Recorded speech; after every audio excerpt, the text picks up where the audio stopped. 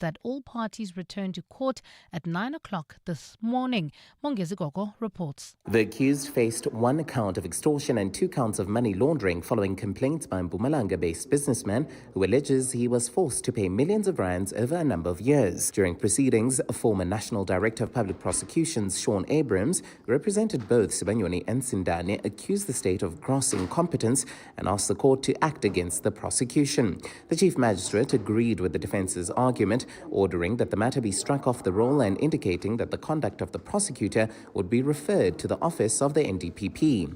Speaking after the ruling, accused number 1, Joe Sibanyoni, welcomed the court's decision. How do you feel? Well, I was always positive about today's matter. It remains unclear whether the state will re-enroll the matter at a later stage.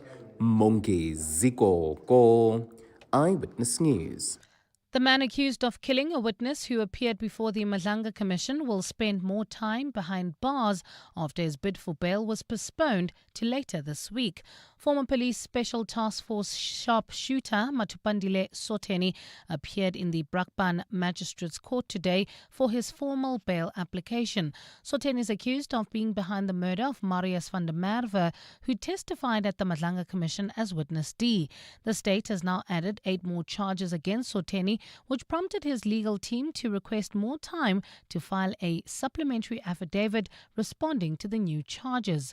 Alfara Mushwana reports. The bulk of the charges against Witness D's alleged killer, Matipandile Soteni, relate to murder, attempted murder, as well as the possession and improper storage of rifles and ammunition.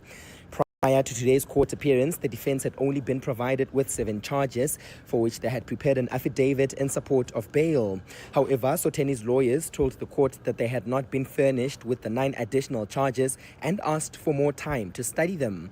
Through his lawyer, Advocate Ntabiseng Muhumane, Soteni maintains his innocence. There is no evidence that the state has in its possession that will demonstrate that I have a propensity to violence. I've never expressed any threat to any person. I do not have any domestic violence, harassment orders and/or protection orders against me. The former police sharpshooter will return to court on the 21st of May for the continuation of his bail application. Alfa Ramshwana, Eyewitness News in Brakpan. Police say the firearm used in Brown Mokhotzi's alleged assassination attempt has been linked to other serious crimes, including murder. Mokhotzi made a brief appearance in the Johannesburg Magistrates Court today, where he stands accused of faking his own assassination attempt in November last year in Vosloorus. He faces charges of defeating the ends of justice, perjury, unlawful possession of firearms as well as an ammunition, and discharging of a firearm in a built-up area. Tabiso Koba reports. Despite spending the entire weekend behind bars, alleged political fixer Brown Mokhotzi appeared in good spirits at the dock, making faces and engaging with the large media contingent present in court. He'll be spending another 7 days behind bars as his lawyers failed to convince the magistrates to have his bail application at an earlier date. Outside court, SABS national spokesperson Atsilenda Mate says Mokhotzi still has questions to answer about the gun he allegedly used to stage his fake assassination attempt. We are also looking for that particular firearm because remember our ballistics report is now linking that firearm to other cases as well, a Roodepoort case which was robbery with aggravating circumstances, an Eldorado Park case where a person was murdered and one other person was wounded in that particular shooting. So he then needs to come forward and tell us who gave him that firearm, who does that firearm belong to, so he can enable us to solve other cases as well. Through his lawyers, Mokhotzi maintains his innocence. Tabiso Koba, Eyewitness News, Johannesburg. The IFP has fired one of its councillors in KZN for allegedly extorting members of the public.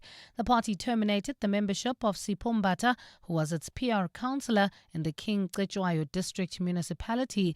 That decision was taken through unanimous consent during the IFP's National Council meeting today. IFP National spokesperson Mkhuleko Hlengwa says the party never sanctioned Mbatha's extortion activities. Over a period of time, the National Council received various allegations against Mr. Mbatha, including but not limited to the extortion of money from individuals whilst purporting to act in the name of the party. And public transport across Kenya was disrupted today after transport workers launched a strike over sharp fuel price increases. Protesters barricaded roads, lit bonfires and clashed with police, while thousands of commuters were left stranded. Schools had to close, events were cancelled, and traffic in the capital was unusually light. Government recently raised fuel prices, including a 23.5% increase in diesel after the global oil costs surged due to tensions around the Strait of Hormuz. Kenya's Treasury has defended the price hike, saying the crisis was caused by an international war beyond Kenya's control. Gold is trading at $4,564, 1 cent an ounce. The rand is at 16.59 to the dollar, 22.21 to the pound, 19.32 to the euro, and Brent crude oil is at $110.08 a barrel. In Lenasia, slow-moving traffic. This is on Nirvana Drive between the R554 Abu Bakr Drive and Klipspruit Valley Road. And there's also faulty traffic lights in Bramley at Collet and the M1 North. It's a partly cloudy afternoon in Gauteng today. Temperatures have peaked at highs of 20 degrees across the province. The top story in EWN this hour, the high-profile extortion and money laundering case against taxi tycoon Joe Sibanyoni and 3 others has been struck off the roll. EWN, in touch, in tune and independent. For the latest, visit ewn.co.za or download the EWN app. On Sunday, 26 July, 7:02 Josie My Josie Walk the Talk unites us all in the iconic Joburg CBD. 7:02 Walk the Talk. Abize bonke. Enter now on primemediaplus.com. You're with John Perlman on 702. Streaming on the Prime Media Plus app, DSTV channel 856, 92.7 and 106 FM.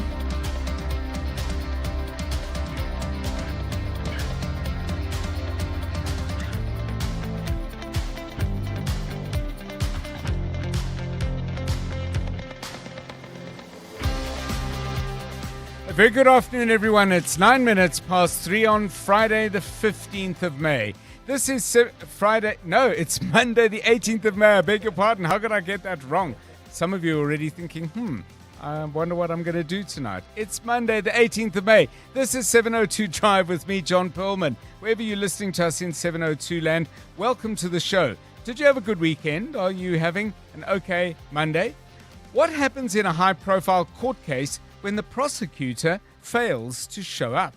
And I'm inclined, therefore, as I do now, strike the matter off the roll in terms of Section 342A, subsection 3C. Court is adjourned. What happens is that the magistrate strikes the case off the roll. Supporters of the accused celebrate, and then the magistrate as well issues a warrant for the arrest of the prosecutor.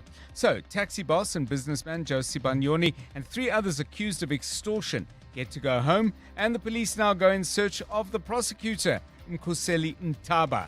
It's an extraordinary situation. Mongezi Koko has been at the court in Kwaggafontein, and he joins us shortly.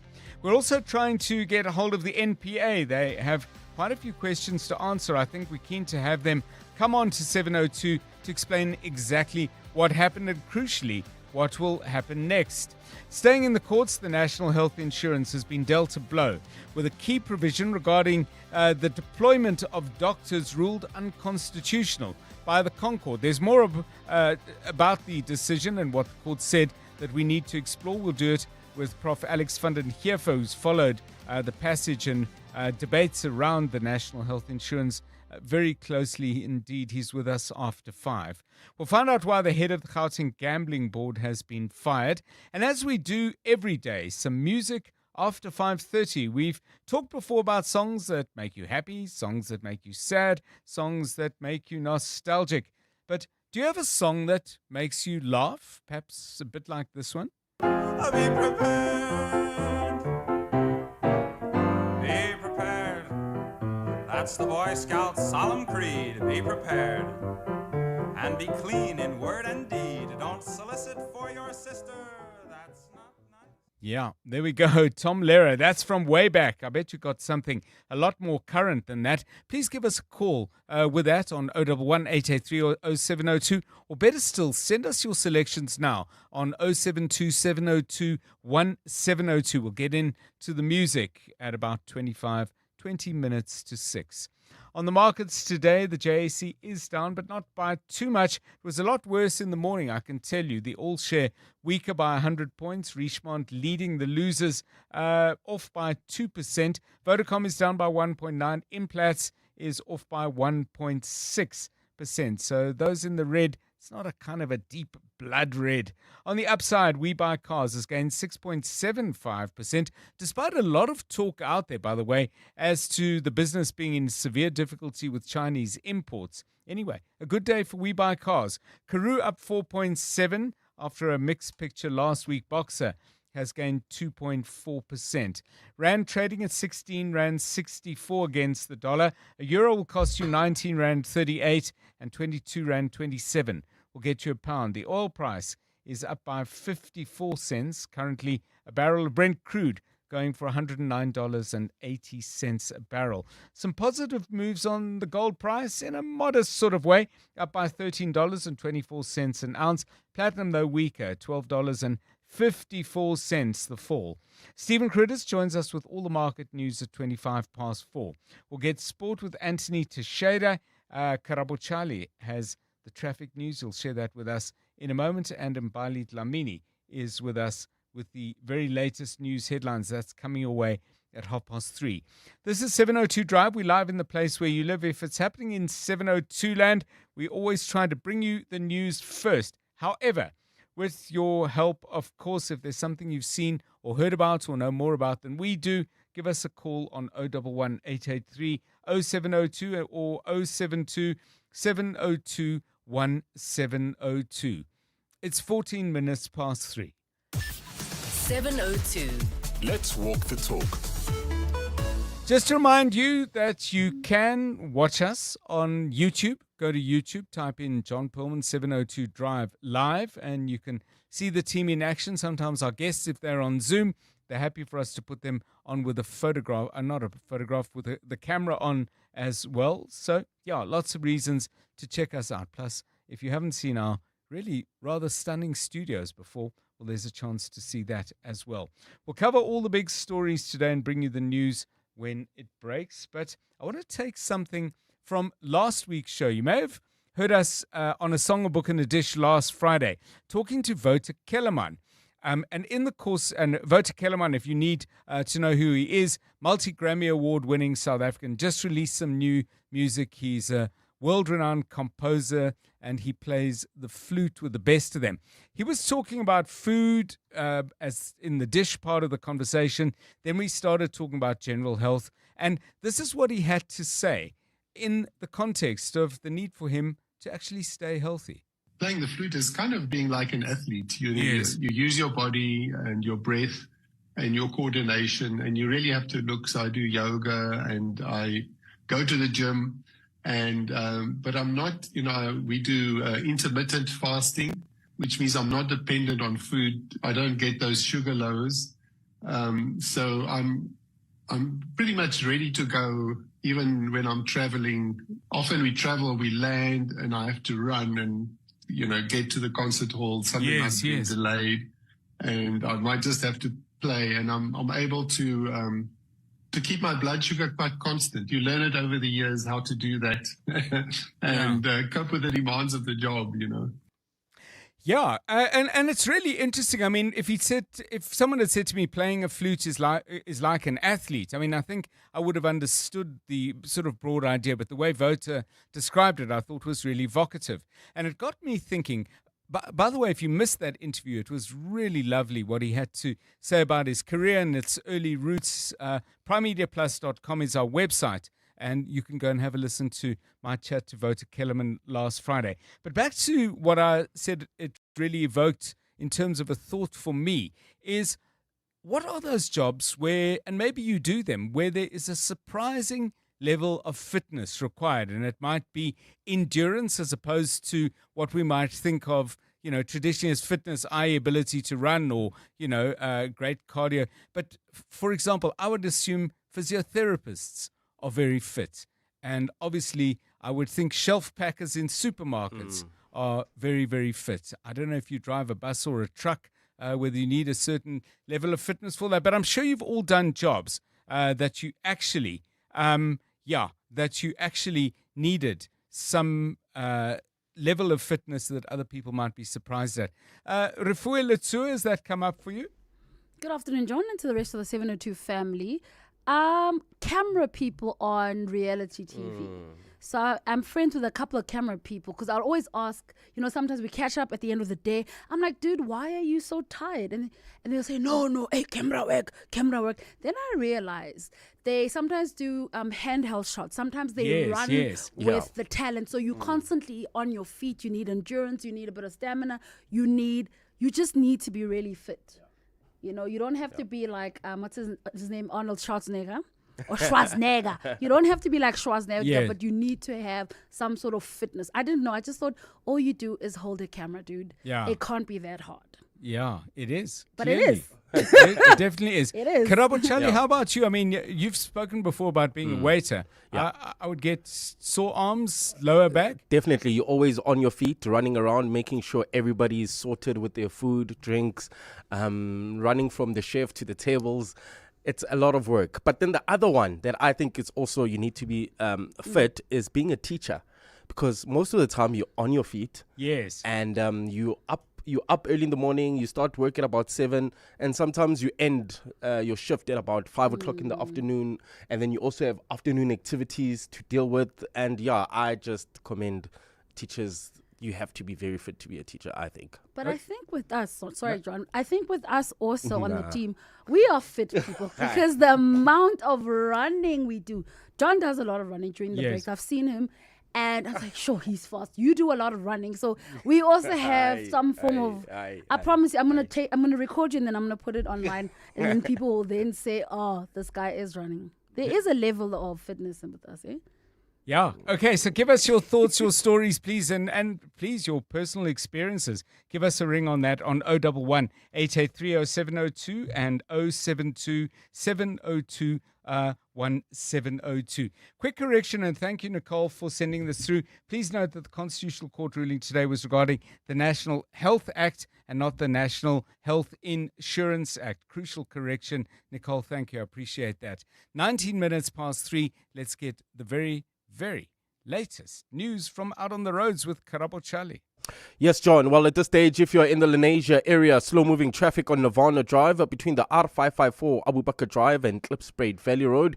There's also slow-moving traffic that's leaving the Pretoria CBD on Eskiam Pahlele between Vormhagen and the R80. Otherwise, the rest of 702 land not looking too bad. No accidents have been reported. However, look out for those faulty traffic lights in Bramley at Collet in the M1 North. There's also traffic lights not working in Rand Park Ridge at Bayers, Nordia and the N1 North. If you come across any other traffic issues, kindly WhatsApp us on 072 702 1702. Bongani Bingwa, 702 Breakfast. Weekday mornings, 6 to 9. What makes you vouch for a product? In South Africa, it used to be the SABS stamp of approval. But the SABS has been going through its own quality testing, and I would say it's been found wanting and floundering on governance, leadership, and financial management. The SABS remains without a permanent CEO, and it's been running on acting leadership since 2018. Toby Chance, as the Apex National Standardization Institute in South Africa, there's no understating the importance of the SABS. Yes, exactly. It's core to our quality system in this country. And since 1945, when it was established by the Standards Act, it has become well known in South Africa as a mark of quality, trusted by all South Africans. But of late, that trust has eroded. Toby, could we lose the SABS? I don't think so. Bongani Bingwa, 6 to 9. On 702. Lions fans, it's time to roar. Get ready for a season of pure adrenaline in the heart of Jersey. Secure your all-inclusive Lions membership starting from just 950 Rand. That's right, less than $1,000 unlocks your seat to every Lions home match at Emirates Airline Park. That includes the one you've been waiting for, the massive clash between the Lions and the All Blacks this August. Don't get left at the gate for the biggest game of the year. Memberships are available right now at Ticket Pro. Own the season, back the pride, and get behind your team. Bar Black Sheep. Have you any wool? Yes, sir. More than 3 bags full. We think beyond today, tomorrow, more. Look up, look far ahead. We may choose to leave the herd. There's greener grass where fewer care to tread. Bar Black Sheep. Proof of what we do. Better for clients for over 20 years. Courage, we hold the course for you. Bar Black Sheep. If you want more wool, it takes black sheep thinking. Camissa Asset Management. Invest different. Camissa Asset Management is a licensed FSP. Switching was so quick and easy. I'm happy with the premium that I'm paying now. Outsurance business insurance clients know that it pays to switch. And did you know you could get a guaranteed premium for 12 months even if you claim? For electrical, tradesman services, and all other businesses. Get a quote today and see why it pays to switch to Outsurance Business Insurance. Visit outsurance.co.za or call 08600 60,000 today. Licensed insurer and FSP. TCs and information online. Joburg is more than just a city. It's an energy, a pulse, and a feeling connecting everybody. The heart of Mzansi. It's Joburg. In celebration of this, 702 has partnered with Jozi My Jozi, and we're calling on you to walk through the city center with us. Walk the talk. In the 702 Jozi My Jozi Walk the Talk. Babise bonke. On Sunday, 26 July, we're going to the iconic Joburg CBD, the home of dream creators and operators, where we dominate and history make. So join us and be a part of something special. I'm ready to rock this boat. Because when Joburg walks together, extraordinary things happen. Enter now on primemediaplus.com and get ready for 702 Jozi My Jozi Walk the Talk this July, hosted by the City of Johannesburg. Walk with the people, for the people, for our Jozi. Babise bonke. Enter Walk the Talk now on primemediaplus.com. You're with John Perlman on 702. Let's walk the talk. Right, let's go to the day's big story, although the decision at the Concourt is a big story of a different kind, but certainly in terms of sheer surprise and absolutely startling news, we have to go out to the Kwaggafontein Magistrates Court and join our EWN reporter colleague Mongezi Koko. Mongezi, a very good afternoon to you. So, 4 men in the dock facing charges of extortion and money laundering. The prosecutor fails to arrive, and the case is struck off the roll. It really was a remarkable development. I was aware through the morning that the proceedings weren't getting underway. Do we have any insight at all as to why the prosecutor didn't show up? A very good afternoon to you, Ndade John. As you've described it, the prosecutor, a no-show during today's proceedings, leading to a very dramatic development with the chief magistrate then siding with the defense. Now, you'll remember, in the absence of the prosecution, the defense then made their submissions for today, giving multi-pronged sort of options for the magistrate to consider. The first being to issue a warrant of arrest and find the prosecutor in contempt. The second being to strike the matter off the roll. And the third, to proceed with the bail application. However, it would be a one-sided bail application, which would essentially mean that we are applying for bail and no one is opposing it, so allow my clients to walk free. Of course, we did learn a few moments ago that the chief magistrate then opted to go with that of striking the matter off the roll and then subsequently finding that the prosecutor Ndaba, in contempt of court. This then saw great jubilation in the courtroom, people singing, chanting, clapping their hands. And after that, as throughout the commotion, EWN managed to speak to Josi Banyoni, who expressed his confidence. He was very vibrant today, very happy, in fact, and he articulated that it's been since the beginning that he knew that he was innocent and that all of them would walk free. He was also joined in the dock by Bafana Sindani, who shared similar views. Now, what we do understand is that the prosecutor had a number of matters which he needed to attend to in Nelspruit, Mbombela, and he had ventilated all of this on Friday, which is also what adds some more depth to the story, is that he brought this contention towards the court and said, look, I cannot make it on Monday. And the court, and through the chief magistrate, insisted that this is a direct order, and failing which to comply, you will be found in contempt. This despite what we've normally seen during court proceedings, where there's an amicable negotiation between the defense and state on a suitable date. This was thrown out of the window, and he was there subsequently found in contempt. Now, Dr. John, other sort of matters that are now, they seem to be piling up against the prosecutors, that the National Prosecution Authority has decided to suspend Advocate Ndaba, and they cite that his conduct was not that of their standards. They also say that they will be working with investigators and have expressed their full intention to re-enroll the matter. Now, in order for a matter to be re-enrolled, here's where the nitty-gritty part comes in, is that the Director of Public Prosecutions, either the NDPP or the provincial director, would have to write it, written authorization, submit that to the court, and then the matter can then be heard. However, they cannot be re-arrested, and the likelihood of them being re-arrested on the same charges might prove difficult for the state to then secure possible conviction against all four of the accused.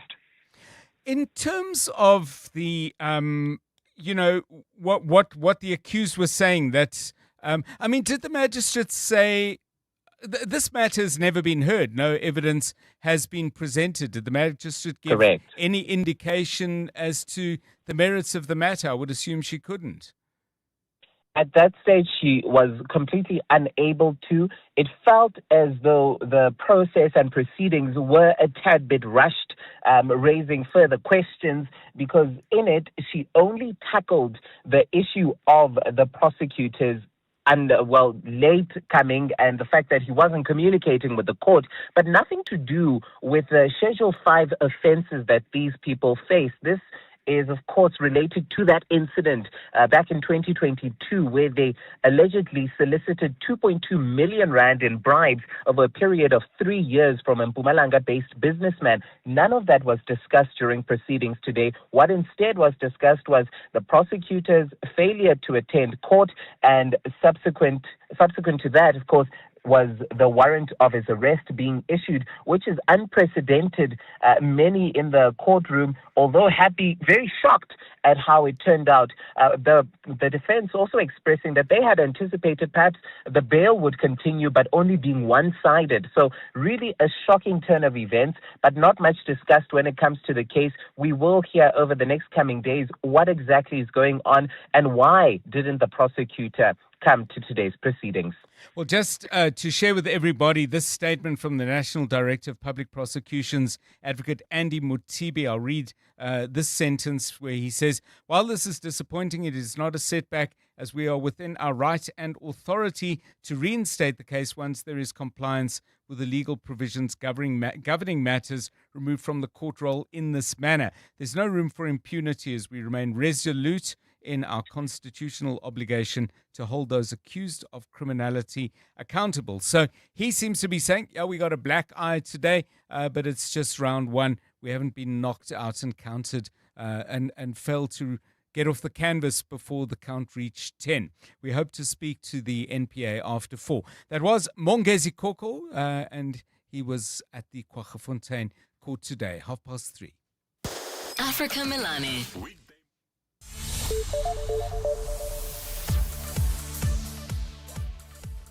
Right, let's find out what's happening in the news. And Bali Tlamini, good afternoon. Thanks, John. Good afternoon. Police remain tight-lipped over details in the case of missing 2-year-old Umpile Sithole. The child's paternal grandparents have been making an appearance in the Mahwereng Magistrates Court in Mokopane. The pair was arrested on Friday and charged with child neglect after Umphile disappeared earlier this month. The child's grandmother claims an unknown suspect took the little girl while they were asleep at their Mabuyele home.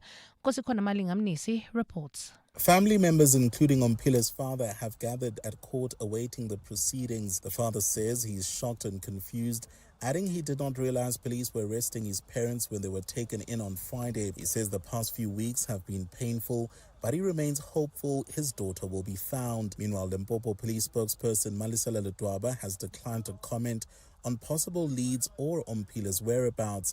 For the fact that for now we haven't managed to get anything tangible, I believe it would be safe for us to keep on pleading with our communities to come up with any information without, going too deep and even coming to a situation where we'll end up coming up with some kind of assumptions. So that is what we are trying to avoid for now. Kosikona Malingamnisi, Eyewitness News in Limpopo. Parliament's public participation process are once again under scrutiny in the Constitutional Court today as the Western Cape government and the City of Cape Town challenged the hasty passing of the Public Procurement Act in 2024. The Act, which will bring all procurement within the state under a central office, also sets guidelines for preferential procurement in accordance with the government's broad-based black economic empowerment policies. But Western Cape Premier Alan Winde has today argued in the Apex Court that Parliament did not extensively consider all the input made on that bill. Lindsay Dendlinger reports. As the term of the sixth administration was ending, the Public Procurement Bill was one of those the former ANC majority government sought to get over the line just weeks before the 2024 elections. The Western Cape Premier Alan Winde has today argued in court that Parliament's Standing Committee on Finance did not consider all submissions made to it on the bill and failed to conduct another round of public participation after material changes had been made by the National Council of Provinces to the chapter on preferential procurement. Advocate Andrew Breitenbach, on behalf of the provincial government, says by its own admission, Treasury failed to properly consider all the input received on the bill. The objective evidence shows that the Treasury, which briefed the Standing Committee on the public written comments received, didn't have the time to consider 67.4% of them. Breitenbach has told the court it's not too late to declare the Act unconstitutional and to set it aside, as it's yet to come into full operation. Lindsay Dentlinger, Eyewitness News. And the South African Social Security Agency promises that its new self-service systems will address the challenges beneficiaries face on a monthly basis. It recently introduced the new digital system, which it says will cut the waiting time for beneficiaries. Ananias Khare, Senior Manager for District 1 in the Western Cape, says the Athlone office has seen change following the introduction of the self-service system. Majority of the people will know how to best access our services on our website and also take down applications away from the office. Then definitely we are quite sure that it will benefit us a lot as the office. The issue of long queues will be history. We are working towards that. But 67-year-old Clara Kati says she remains unimpressed. That's the new system. It's also long, man. I come 6 o'clock Friday. I leave past 12. I come 5 o'clock today. I leave here the same time. I don't think it's good. It's a partly cloudy afternoon in Gauteng today. Temperatures have peaked at highs of 20 degrees across the province. Well, at this stage, on Dersteport Pretoria roadworks slowing down traffic N4 eastbound between Roslyn and Bravery Road in Sharonlee. You can also expect some delays on Malibongo Drive between the N1 and Belez, and in Lenasia, slow-moving traffic on Nirvana Drive between the R554 Abu Bakr Drive and Klipspruit Valley Road. The top story in EWN. Police in Limpopo remain tight-lipped over details in the case of missing 2-year-old Umphile Sithole. Africa Milani. Weekday mornings, 4 to 6.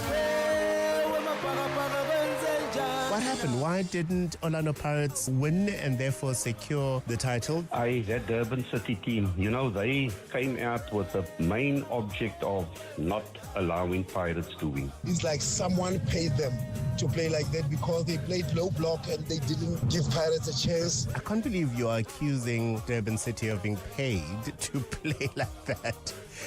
They come up with a strategy, with a plan, and the objective, of course, being to win. Africa Milani. 4 to 6 on 702. The world's best male and female paddle players are coming to South Africa for the historic Premier Paddle Pretoria P1 at Sunbet Arena, Times Square.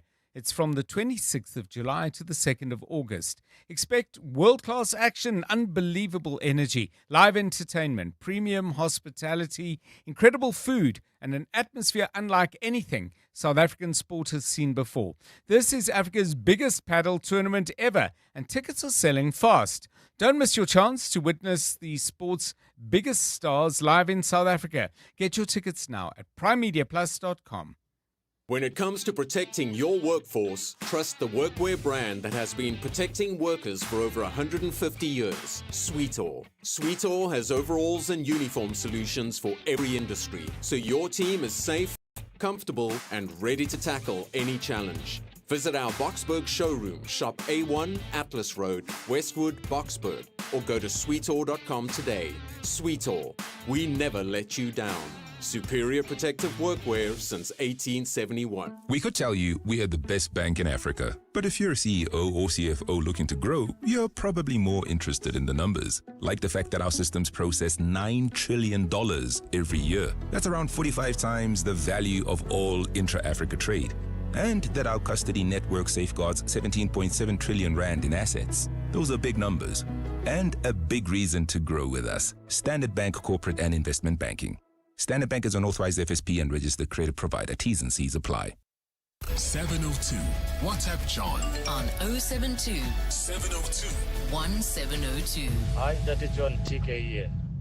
Dr. John, what has happened to this Ferrari case? It's money talks. Those are the works of money. When you have got money, you can do whatever that you want. This is proof and evident. Money talks. Good afternoon, Dr. John. So, Dr. John, the prosecutor in Mr. Ferrari's Banyone's case decided not to show up all of a sudden today. No apology, no nothing. And now the case has had to be dismissed or struck off the roll. From what I have heard, even watching Checkpoint yesterday, Mr. Sibanyoni is one person who intimidates people. And because he's in the taxi industry, what if they went and intimidated the guy to say, you dare show up yourself at the court? Something will happen to you. And the prosecutor then decided, you know what? To save my life, let me not do that. Let me not go. I don't know. That's just food for thought. Good afternoon, Dr. John and Tim. I would like to thank nurses and all kinds of doctors, surgeons, ward doctors. They are on their feet for extremely long hours. So they really, really have to be fit to do that kind of job. Getting in, starting to work from 7 p.m.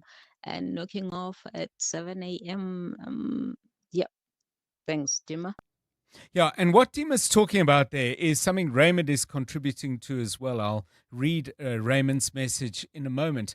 But yeah, what's very interesting is I asked you, because we had Wouter Kellerman, the flute player, earlier saying flute players are like athletes. You've got to use your breath and your body. And I found that intriguing. So I asked, what other jobs require a level of fitness that some people might find surprising? I mean, plumbers, for example, working in those very tight areas and trying to wrestle with pipes and other things that are not exactly cooperating and collaborating. Raymond says, I can vouch for the teacher one. When I was teaching on Mondays, I would have 6 consecutive periods of maths, and I really felt it. So please do keep that feedback coming. 011 883 0702 072 702 1702. It's 20 to 4.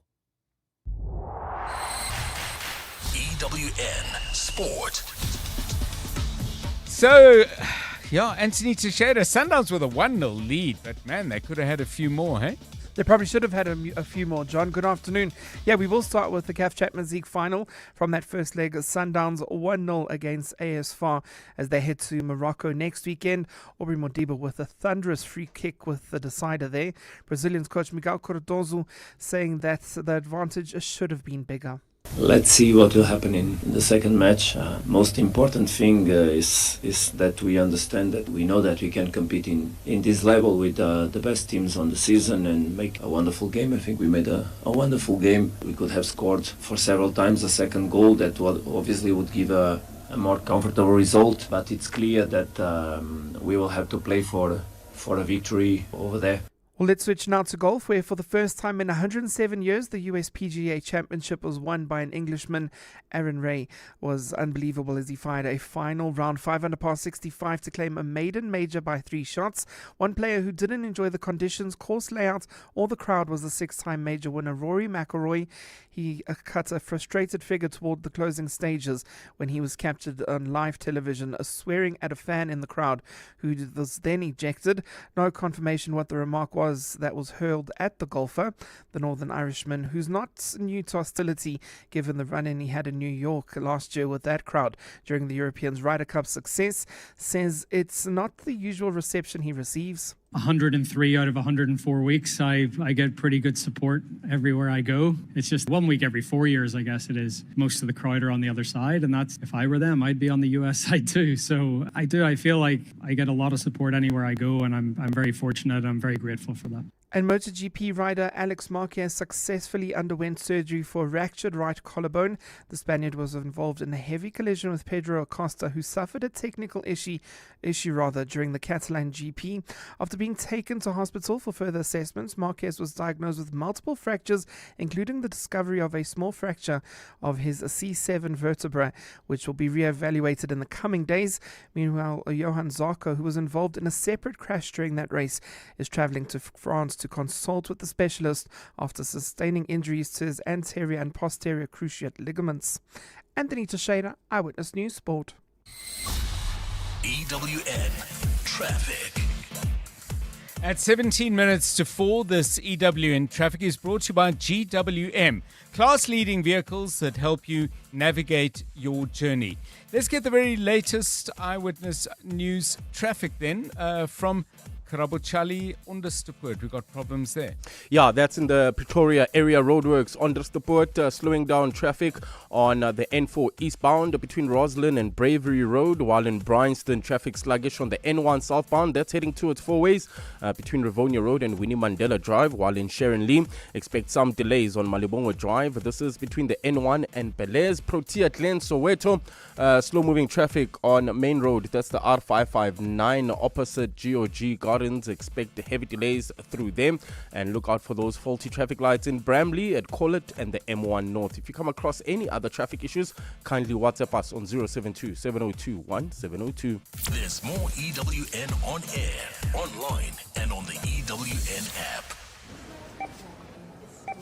Another fuel hike means more adjustments, like using every loyalty point just to get by. Okay, use the points first, then this voucher. Wait, I have a coupon on my app for the bread.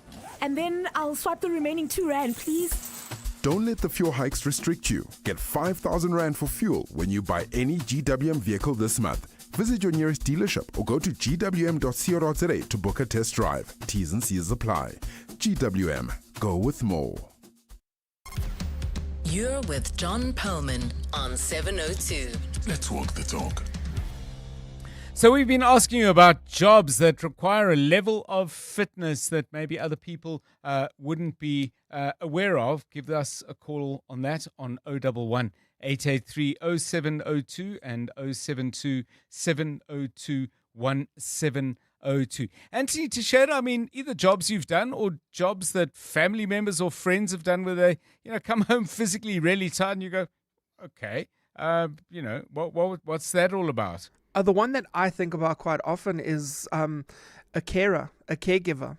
My godmother, unfortunately, is now wheelchair bound due to age, and the amount of work that her carer has to go through in terms of getting her up, getting her down, doing physio with her throughout the day, it's constantly having to have core strength as well as just being busy the whole day, getting up, going down. And I always find that quite remarkable.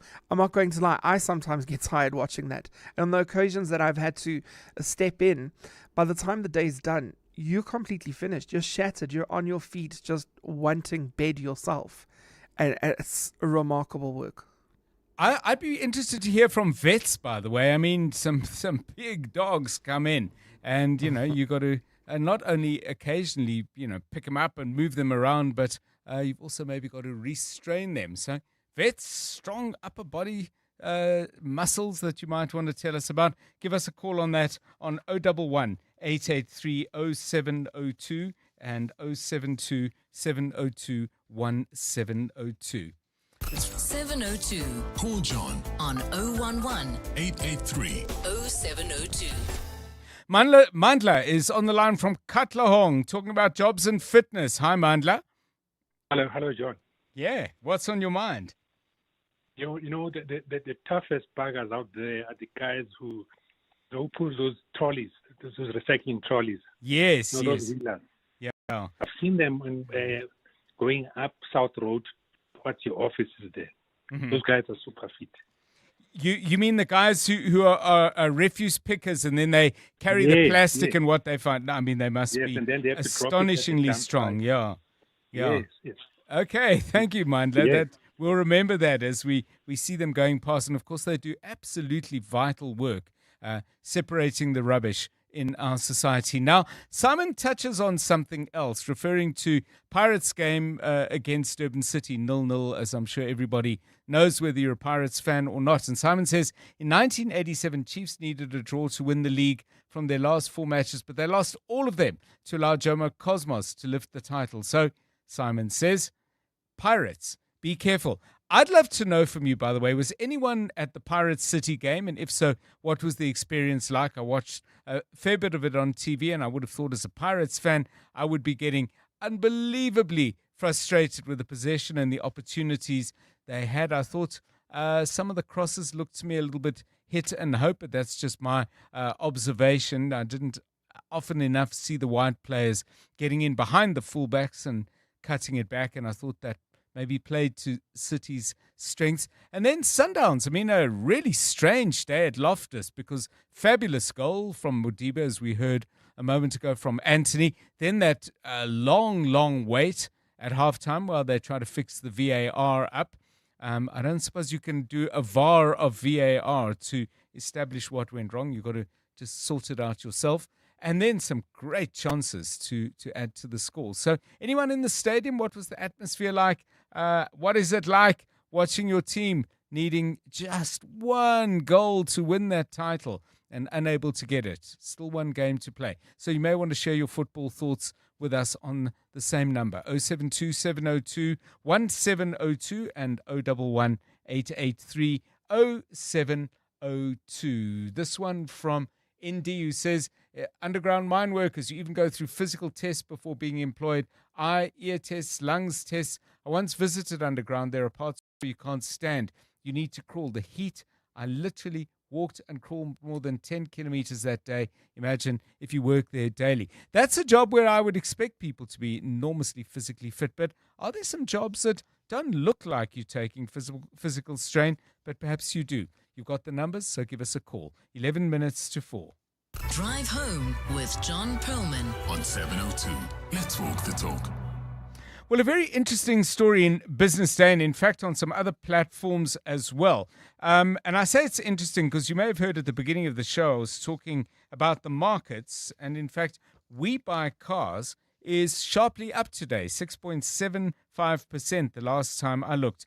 But in general, there is a view out there, and presumably this is backed up by data, that WeBuyCars, specializing in the buying and selling of pre-owned vehicles, as you know, is coming under significant pressure from cheaper imports from India and China in particular. And those, of course, are new cars that obviously would come with all sorts of new car guarantees. So Is there a shake-up? And might this be prompting some South African manufacturers to say, well, we've got to relook at prices? There's a lot at play here. Let's break it down and get some insight. And welcome to 702 Drive, Warren Tucker, who is our resident motoring expert. Warren, a very good afternoon to you. I mean, WeBuyCars, a runaway success story, but facing some challenges now. What are you seeing in the markets? Are the Chinese and Indian imports eating the second-hand market's lunch, or are they taking it off South African-based manufacturers at the entry level? Good afternoon, John. Well, look, you've sort of both on the nail on the head. So what's happened is largely because of the price point these vehicles have been able to. Okay, Warren's line not good. We will be back with Warren in a moment. We're just going to sort that line out, and then we can hear what he's got to say, which, trust me, is going to be interesting. The Midday Report with Mandy Wiener. The Midday Report at its heart is a current affairs show, but it really is a show about everything you need to know about and everything you didn't know you needed to know about. Our listener is sharp, plugged in, curious, has developed opinions, but is still open to learning new things. My favorite part is how witty, sharp, and funny our listener is. What we cover every day is breaking news, current affairs, politics, the courts, global developments, science, education, popular culture, sports, books, and of course, good things too. I like to think of it as a lunchbox with a little bit of everything. What I love about 702 Land is that it is full of energy. There's always something happening, a developing story to follow. But it's not parochial. The 702 family cares about what is happening in the world around them and how we plug into that. The Midday Report with Mandy Wiener. Weekdays from 12 to 1 p.m. Mzansi, the excitement is building. The 130th running of the Hollywood Bets Durban July takes place on Saturday, 4 July. This year's theme, Country Allure, draws from the richness of our land, a celebration of heritage, freedom and style, inspired by our beautiful countryside. It's more than a race. It's where champions are made, stories are written, and greatness is unleashed. World-class horse racing, bold fashion, music, culture, and a day of endless excitement at Hollywood Bets Greyville Racecourse. Get your tickets now at Ticket Pro and release your glamour at the Hollywood Bets Durban July, Africa's greatest horse racing and social event. That's Sia before he got naked. Sia had a bumper bash and had to reattach his fender using duct tape and a prayer. So Sia got naked. He got comprehensive car insurance in seconds and can now submit claims instantly on the Naked app. No more arts and crafts for you, Sia. Cover your car and home now at naked.insure and see how easy insurance can be when you get naked. Naked Financial Technology is an authorized FSP. Get naked. You're with John Perlman on 702. Right, let's get back to Warren Tucker, who's got some thoughts on Indian and Chinese imports, the impact on the leading player, I think it's fair to say, in the second-hand car market, WeBuyCars, and in general, whether this might be shaking up some of the providers of entry-level models that are perhaps have been better known and very successful over the years. Warren, you were beginning your thoughts. I think just start from the beginning. Yes, John. So basically what I was saying is that you've hit the nail on the head with what you said earlier. It's twofold. So we've got the Chinese brands that have come into the market, the Chinese and Indian brands have come into the market, and they've shaken up the new car market in terms of pricing, in terms of offerings, and in terms of value, right? So you are getting a lot more out of sort of an entry-level vehicle than you would from one of the other manufacturers. And what it's done is it's put pressure on the new car segment, on the existing manufacturers, to come out with something that can compete at the same price point with the same sort of technology that you'll find in a vehicle, and come with the same sort of backup, the warranties and everything that's out there. What that's done is it's put pressure now on the used car market, which is where WeBuyCars plays, right? They play in the used car segment. And what's the general thought of the conversation that happens here is, why am I going to buy a second-hand, a 2-year-old car when I can go and buy a brand new car for the same money. And I'm getting a brand new vehicle with 0 Ks on. I'm getting a little bit more tech in the vehicle. And why would I want to go and buy a second-hand car? The brand loyalty side, a lot of people, the millennials or the youth or the people buying today, that brand loyalty doesn't really exist. And I'll tell you why I say so. Yes. A lot of people I chat to, they're more interested in what tech is in the car. They're more interested in what gadgets and gizmos the car comes with than the fact that the vehicle is reliable because my dad had one and my dad's dad had one, so therefore I should also have one. That thinking has kind of changed, and you can see it in the market. What you've just said prompted this thought from me, Warren. Is there a potential risk? And maybe risk is the wrong word, but might we see a trend where, in response to that, rival manufacturers who are, under pressure from the Chinese and Indian marks will then say, okay, well, we're going to concentrate on what younger people want. I mean, I definitely don't need gadgets. I need drivability, reliability. But could we see a shift in priorities that may make for cars that sell more easily, but they may not be better cars? Well, yes and no. Remember that being said, that they need to get gadgets into the vehicle, the manufacturer still has a name to protect or a brand to protect. And if it's seen that, well, the specific brand doesn't have longevity to it, that would generally come out and people would move away from that brand, right? But the more to the point is all these new vehicles that have come into the market at this price point haven't really been tested in the 5 to 6 to 7 year old market where they get resold on, right? Yeah. And I say that because the model where the Chinese, their used car market is not like ours. Once a vehicle reaches a certain age and a certain set of kilometers and might fail an emissions test, that vehicle is then scrapped or sold off to another country. It's not a similar model to what we've got here in South Africa, where it will go now in the second spin, it will go into the used car segment, then be driven, and then it will, once it's driven into the ground there, it will end up in a scrapyard and be stripped for parts. Very different countries, very different models as to how their second-hand markets work, right? And also, with them, the idea is that their buyers want the latest, greatest best version of the new vehicle, right? And they are able to produce these vehicles at phenomenal costs. The cars come with so much tech in them. I mean, I'll give you, there's an Naval an H6 I recently drove. The tech that comes in that vehicle as standard is normally found on a very, very high-end German vehicle, very high-end German car. But this is standard. It's base model stuff in this particular car. Yeah, very, very interesting indeed. Thank you, Warren Tucker, regularly on various shows on 702, sharing his thoughts on, a couple of stories out there, because WeBuyCars results, it's still good. Headline earnings per share are down, but group reported revenue is up. They are expanding, and they still are expecting to grow. They've opened up new branches, for example, one out in Imalahleni up the N12 from Joburg. So not up against the wall, but certainly aware that there is fierce competition out there. This is a question from Rian, and I don't know the answer to that, but maybe somebody does. Can we find out if the South African government charges the Chinese vehicle manufacturers the same rates and import taxes as they charge all other brands? I don't know the answer to that.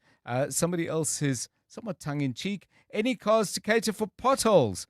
I'm looking for a tank. The problem is, if you have to get new tread, I think that's very, very expensive on tanks.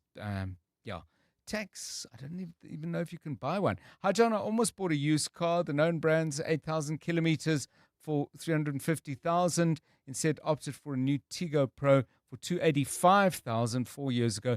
It was my best decision. So we've heard from Warren. I've given you a few numbers. Let's hear from you. A much changed car market. What kind of decisions are you making? And tell us why. 072 702 1702. It's 4 o'clock. This is EWN. State prosecutor in Joe Sibanyoni case suspended and bodies of 4 divers located in a cave in the Maldives.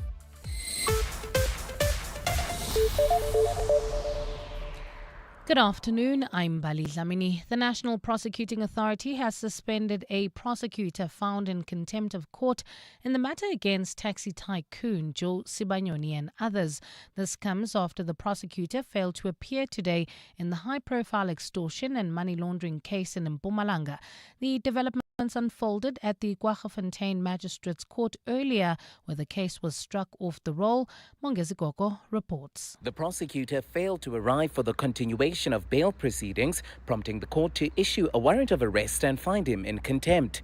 The accused, including multi-millionaire taxi boss Bafana Sindane, face charges of extortion and money laundering following complaints by a Mpumalanga businessman.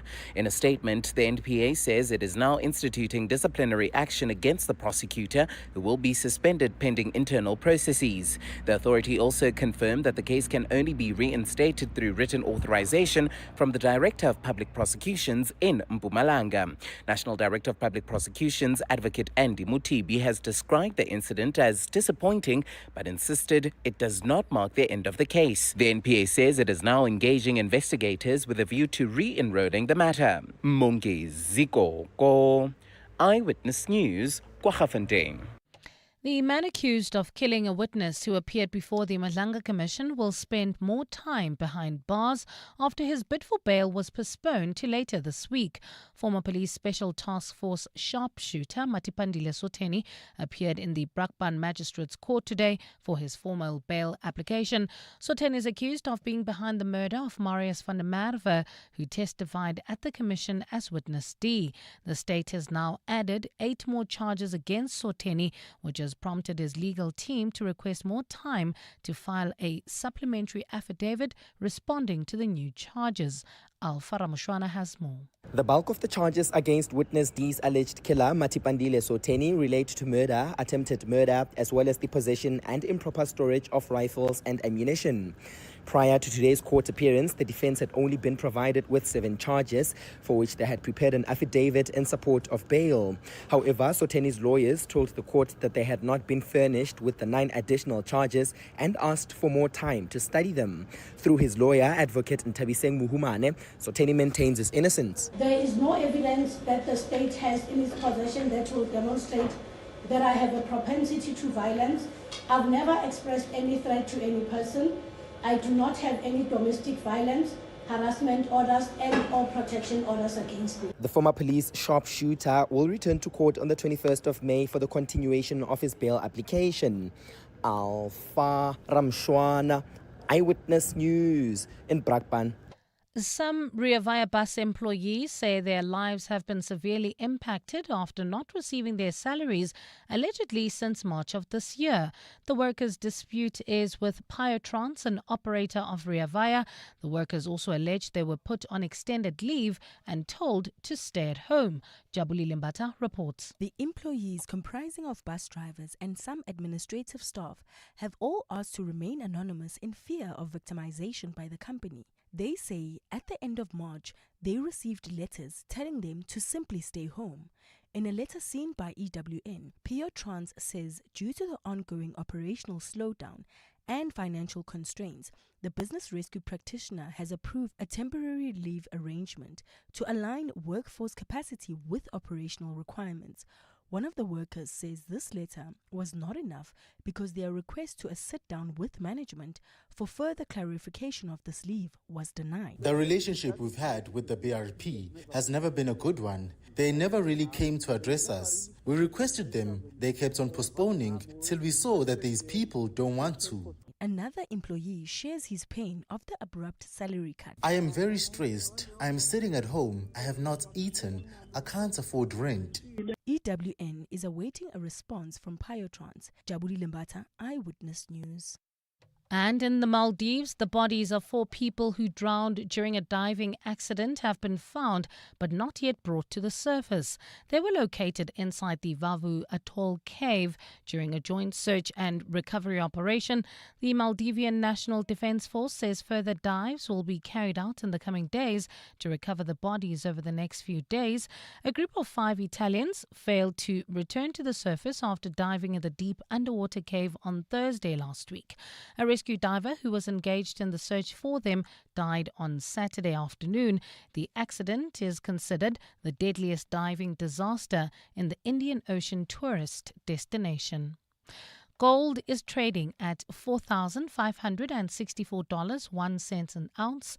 The rand is at 16.57 to the dollar, 22.23 to the pound, 19.31 to the euro, and Brent crude oil is at $110.06 a barrel.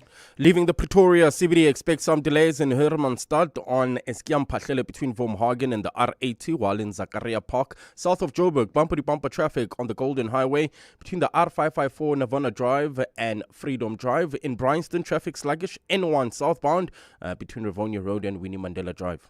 And in your sport, ahead of Arsenal's final home game of the season, Mikel Arteta celebrated the Emirates' revitalised atmosphere. French football ultras forced the Nantes-Toulouse match to be abandoned, and former Baby Bach has been added to the English training camp ahead of the international season. A partly cloudy Tuesday in store for Gauteng tomorrow, with isolated showers and rain expected. Johannesburg drops to overnight lows of 10 degrees, peaking at 16. Pretoria 11 and 19, and Vereeniging 7 and 20 degrees. The top story in EWN this hour: the National Prosecuting Authority has suspended a prosecutor found in contempt of court in the matter against taxi tycoon Joe Sibanyoni and 3 others. EWN, in touch, in tune, and independent. For the latest, visit ewn.co.za or download the EWN app. Visit primemediaplus.com to enter 702 Josie My Josie Walk the Talk. Hosted by the City of Johannesburg. Walk with the people, for the people, for our Josie. For Joburg, by Joburg, in Joburg. Bamise bonke. 702. Drive home with John Perlman. John Perlman, 3 to 6 p.m. On 92.7 and 106 FM. Let's walk the talk. 702 Drive, it's 8 minutes past 4. Coming up in the next half an hour, we pick up on what I think is undoubtedly today's biggest story, certainly judging by your reactions to the news that the case involving taxi boss and businessman Joe Sibanyoni and 3 others, they were in court charged with extortion and money laundering. That's been struck off the roll because the prosecutor failed to attend the court, and I think at 20 minutes past 1, the matter was due to begin at 9 a.m. The magistrate Tuleta Tonjeni said, okay, struck off the roll and charged the prosecutor Mkhoseli Ntaba with being in contempt of court. There's now a warrant for his arrest. He's now suspended by the NPA. Many of you, though, feel that we don't know everything we should. So in an effort to at least get some of the way towards meeting that standard, we'll be joined shortly by Advocate Mthunzi Maga, who is spokesperson for the National Prosecuting Authority. That's coming up. Later in the show, after 5 o'clock, we'll look at, I think, what is the other big story: Constitutional Court ruling parts of the National Health Act as unconstitutional. These particular provisions may have implications as well for the national health insurance, but that's something we'll explore a little bit later in our conversation with Professor Alex van den Kiefer, joining us from the Wits School of Governance. We've been asking about jobs where the level of fitness required is extremely surprising. Some of you have been sending us voice notes on that as well. Anything you want to get in touch with us on, remember the number 072 702 1702. And don't forget, you can always watch us on YouTube. Go to YouTube, John Perlman Live 702. That ought to get you in, and you can see how each of us is reacting to the temperature, depending on whether we think we need headphones or headgear. All that and more available on our YouTube feed. And don't forget, we are live in the place where you live, and that means you can contribute to our show. If there's something we've missed, please do give us a call and let us know. 10 minutes past 4. 702. WhatsApp John on 072 702 1702. Hi, John. Peter from Midrand. I'm maintenance manager for our company. And boy, it's a lot of walking. From site to site. Basically, some of my sites are farm sites. So it's a case of walking around the farm, seeing that all the tenants, etc., are okay, and then it's off to the next site and repeat. So yeah, those maintenance guys out there, they do a hang of a lot of walking. Thank you. My daughter is a teacher to 2-year-olds, 17 of them, and she is at school from 10 to 7 until 5:15, running after little 2-year-olds. Shout out to Linksfield Castle. Yeah. Hi, John. Repetitive strain injuries are very difficult to deal with, and I keep looking at the Matlanga Commission, and those poor commissioners, they have their heads turned in one direction all day. Surely they could have put that together so that they didn't have to do that. I wonder if they get some help. I haven't heard them complaining about that, but thank you. Jobe goes back to the issue of waiters and says an average waiter covers anywhere between 5 to 16 kilometers in a single typical shift. The exact distance varies heavily based on the size of the venue, the style of service, how busy the shift is, the distance between the dining room, point of sale stations, the bar and the kitchen directly impacts your step count. Shifts typically range from 6 to 12 hours, with longer double shifts resulting in significantly higher mileage. 12 minutes past 4. EWN Traffic.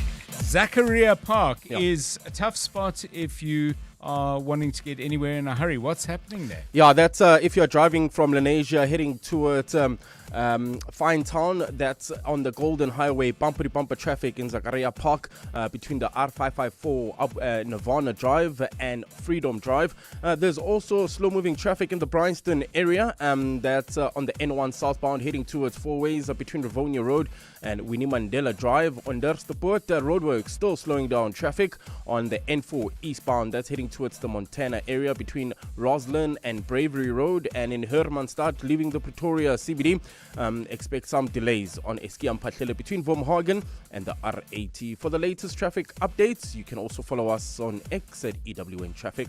There's more EWN on air, online, and on the EWN app. Managing your workforce shouldn't be complicated. That's why businesses choose Onacy, a proudly South African cloud-based payroll and HR solution. From payroll and e-recruitment to performance management and self-service tools, we streamline the way businesses handle their people. Scalable, secure, and always online, our system evolves with your needs because your workforce deserves the best. Switch to Onacy and experience payroll and HR done right. Visit onacy.com today.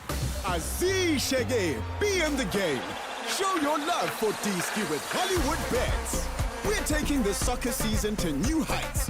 You could win a share of 4 million rand in cash and prizes, including an all-new Toyota Hilux double cab or Toyota Starlet Cross. All you have to do is bet 10 rand or more on any soccer fixture online or at your nearest branch. Bet now and strike for glory. T's and C's apply.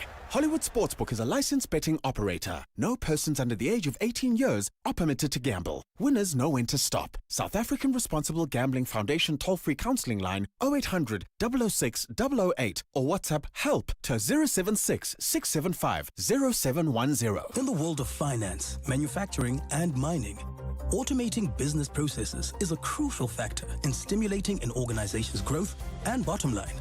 Zoe Projects and Consulting, a specialized process engineering and automation firm, offers comprehensive data and business systems analysis to optimize your company's processes, to save time, reduce costs, and better efficiency. Go to zoeprojects.co.za and get in touch with Zoe Projects and Consulting today. 702. WhatsApp John on 072 702 1702. Just a comment. I drove Land Rover and Volvo for many, many years. The latest price of a Land Rover Discovery Sport was edging up towards 1.4 million. I've just converted to a Haval H6 hybrid. HPV is a plug-in. As was said by your guest, the specs in this car is up there, but the price is half the price of a Land Rover, which means I can drive this car, and when it gives me problems or it gets later in its life, I've still saved 700,000 rand on the car compared to a Land Rover. So why would that not be a good option? We are becoming cost and brand conscious, but we also want reliability. And I can tell you my Haval is an amazing vehicle. I have never regretted buying this vehicle, and I've had it for 6 months now. Good afternoon, Dr. John and 702 listeners. Regarding what the Chinese and Indian manufacturers are doing in the car space, I like it a lot. The Germans have taken us for a ride for a very long time. Everything else is optional extra, and every time you tick a box, the price gets higher and higher. So now consumers are spoiled for choice. These cars comes with gizmos and gadgets, so there's value for money, and that is the only way that the prices are being taken care of. It is through competition. So well done to them, and there are no issues about the warranty. They haven't been tested because the warranty that they give is a peace of mind. Thank you. Yeah, thanks for all of that feedback. Really enjoyed hearing from you about that issue. Now, we're just having a slight delay with getting hold of Advocate Mthunzi Maga. As you can imagine, a pretty busy and hectic day at the National Prosecuting Authority, but we are certainly looking forward to getting his account, and we may need to shift a little bit later for an update from the NPA as to what happened out of that Kwaggafontein Magistrates Court. Some of you continuing to talk about jobs where you need an unexpected and often surprising level of fitness. Christine suggests spend a day watching a farrier at work, shoeing horses and trimming hooves. The farrier's back is bent over most of the time as he stoops when holding the horse's leg between his. I would have thought steadiness of hand and strength of back would be pretty crucial when you're dealing with something like a large horse. 18 minutes past 4. Maybe you do a job where you test it in physical ways that other people may not properly understand. Call me with that on 072 702 1702. 18 past 4. You're with John Perlman on 702. Let's walk the talk. Right, let's follow up now on this story. News just out that the Gauteng Gambling Board CEO Karabo Mbele has been fired with immediate effect for serious governance failures and gross misconduct. That was announced today at a press briefing by the Economic Development MEC Vuyiswa Ramokgopa, and the CFO Oscar Maripane has been suspended with immediate effect. Well, one organization that has been campaigning around what's going on in the gambling board is the organization Build One South Africa. Representing Bosa in the parliamentary legislature is MPL Ayanda Ali, and she joins us now on 702 Drive. Ms. Ali, welcome and thanks very much for your time. What exactly drew your attention, first of all, to the Gauteng Gambling Board, and what, in your view, was going wrong there? Good afternoon to you. Good afternoon, John, and good afternoon to your listeners. Thank you so much for your time. Indeed, there has been calls from ourselves to make a report public. It was an investigation that was conducted during the former MEC Lebogang Maile's time. But we then became suspicious because a report was given to the MEC then back in December 2025. And I mean, we begged, we pleaded, we agitated, we did all manner of things to try and get that report released.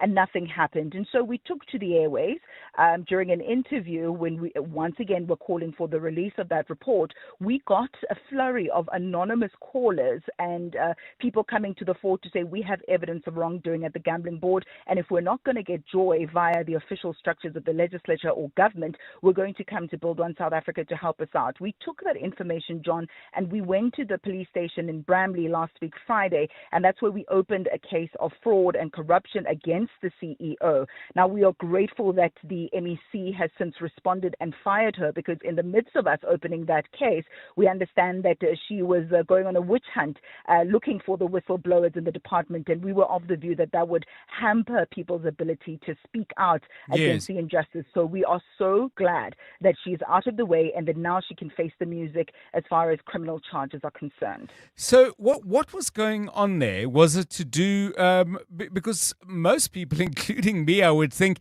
kind of maybe have a kind of vague idea that the gambling board is in the regulatory space. But my understanding is there were also issues around the gambling board has, for example, money which they can give for social and economic development, CSI, and so on. I understand that's one of the concerns that you had. But in general, what were the problems?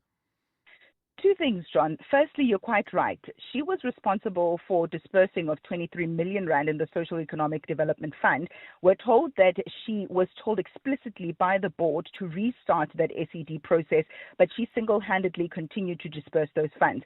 Then there's another amount of 73 million rand for the 2023-24 cycle. While evaluations were still in progress, she went and unilaterally distributed those funds. So that's the first set of charges that we have against her. The second one has to do with her directly doing business with the state. She works for the gambling board, and yet there are two companies that we know of with addresses that are linked to, one, her residential address, secondly, her mother's address.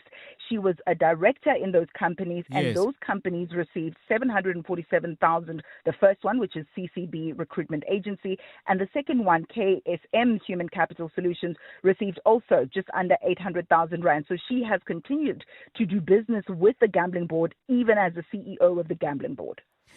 One thing that really strikes me about these things, and obviously this needs to go to court, and let's hope it goes to court, and it's argued there, and mitigation and counter arguments are presented. So that said, there seems to be a real confidence in all of this that suggests, well, I can do these things and nothing will ever happen to me. I mean, it's quite prevalent across government, it seems. Absolutely. And she enjoyed protection from the upper echelons of political networks. And so we know for a fact that she would tell people nothing is going to be done. She would harass people in supply chain management. And we know that some of the people have had to resign. She has suspended people. She oversaw a reign of terror at the gambling board. And she did so with impunity because she has political connections, which is why, I said to you that this report is not new. We've asked for it again and again, but it is only when MEC Ramokgopa came to the fore that we started to see action. And for that, we must commend her. And we must thank her for doing the right thing, albeit under difficult circumstances. So she has stood up for the whistleblowers to make sure that they will not be harassed and that they will not be targeted. And I think that's very important. But you're quite right. This happens all the time in various entities, and we're of the view that you must deal harshly with this one so that it may be an example to all the others who are up to no good in entities.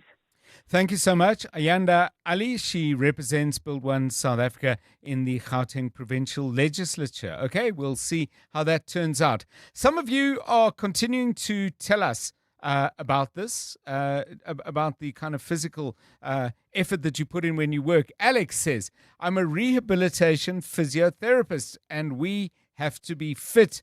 We lift fully grown men many times a day and we're always on our feet running between different patients. Thank you for that. Please do keep those coming. 24 minutes past 4.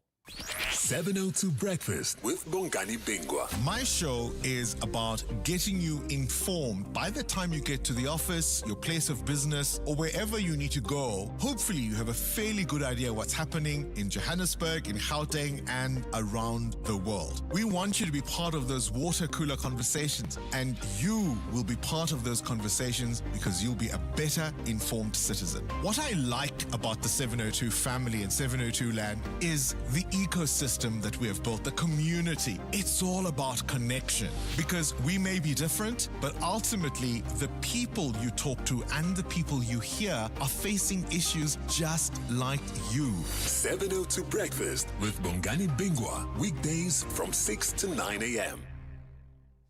The 702 Josie My Josie Walk the Talk is calling on you to walk with the people, for the people, on Sunday, 26 July. Babize Bonke. And this year, you can choose from 3 different inner city routes. The 5 km Victoria Yards route takes you from Ellis Park through the inspirational Joburg Cricket Club into Victoria Yards and past the Troyville Hotel. And you then finish off at Ellis Park. So whether you're taking on the 5K, 8K or 15K, please enter now on primemediaplus.com and get ready for the 702 Josie My Josie Walk the Talk, hosted by the City of Johannesburg. Brush, stroke, paint, color, protect, and admire. From roof paint to exterior textures and interior silk, Warrior Paints has it all. The product range and stylish colors are amazing. And what's more, Warrior Paints has crushed prices for incredible savings. Enjoy that good old-fashioned personal service you deserve. For price, quality, variety, and service, Warrior Paints is streets ahead. Warrior Paints. Affordable, lasting luxury. We asked rugby legend Francois Steyn what he thinks of the all-new Toyota BZ4X. France, would you say the BZ4X is a rugged all-wheel drive SUV? Yeah. Cool. Was the acceleration and handling good? Yeah. All right. So you think the BZ4X can handle South Africa? Wat dink jy? Well, there you have it. The all-new Toyota BZ4X, an all-wheel drive battery electric SUV made to handle South Africa. The BZ4X, it just got real. 702. WhatsApp John on 072 702 1702. Hi, John. I went on the search for a new SUV, and I can assure you that I went and I looked at the traditional guys, your BMWs and whatever. I can buy 2 Haval 86s, more or less, for one BMW. And I may be speaking about top end. So who worries about the after sales? I can buy the one, drive it into the ground and buy a next one and still be cheaper than one of these new BMWs or Mercedes-Benzes. Yeah, thank you. Many of you responding to our conversation earlier about the pressure on the used car industry and, you know, the impact as well on South African manufacturers of vehicles that are made in South Africa. Certainly the Indian and Chinese brands have really shaken things up. If you missed our conversation with Warren Tucker, you can pick it up on primemediaplus.com. Talking about people whose jobs make them fit, Malusi says, emergency care practitioner, paramedic, describing himself. You find us in 14-wheel trucks on roofs, out helping people who are on 14-kilometer hikes and are in difficulty in people's houses, moving furniture, just to bring advanced healthcare to where the crisis is. Malusi, thank you. And thank you for the work you do. 28 minutes past 4. EWN Business. Stephen Critters, a very good afternoon to you. I got the impression rough starts in the morning, then got a bit better. I don't know what the pattern is now. Yeah, John, I mean, getting a little rougher again, but you're talking about cars. WeBuyCars up 5 3/4% after their update. They said that second-hand cars, they were deflationary. That's the price, not the tires. Yes. During the period, and that's partly because of the huge numbers of cars being exported from India and China into our market, and that's really put them under pressure, actually. Yeah. But they did warn of this, and so I think the market knew this was coming and the damage hasn't been as bad as first feared. To your big point, around the world, markets have been down for most of the day. The US has opened mixed, but our market has actually shrugged that off a little bit, although I think gravity is beginning to assert itself. So the JSE is up 0.31% at 114,904 points. Oil prices are higher. Financials are up 0.69, industrials are up 0.09, and resources are up 0.13 on the day. Gold prices are slightly higher. Platinum prices are slightly lower. But yeah, WeBuyCars up 5.75%. Karoo bouncing. They're up 4.69% on the day. And then some of the gold miners are doing all right. Harmony's at 3.66. Some of the property and consumer companies are doing nicely. Boxers up 3.27. Maz, the property company, up 3%. The finance company Quilters up 2.28. Mr. Price in the consumer space up 2% on the day as well. Astral Foods reporting their earnings per share up nearly 400% in the 6 months to March. John, they also flagged this. They said now they've had the opposite effect to WeBuyCars. They did say this would happen, that their feed prices were down, they'd had some efficiencies, but more important than all of that, demand for chicken has been dramatically higher. Their share price, despite very strong numbers, is down nearly 3.5%. And famous brands, their own Steers, Debonair's, Fisherways, pick your favorite, Milky Lane 2, their operating profit up 4.5% into the year to the end of February. They're up 2%. They're also cut dramatically the amount of plastic they use. I'll ask them if it's straws or plastic forks and knives when we speak to them on the Money Show this evening.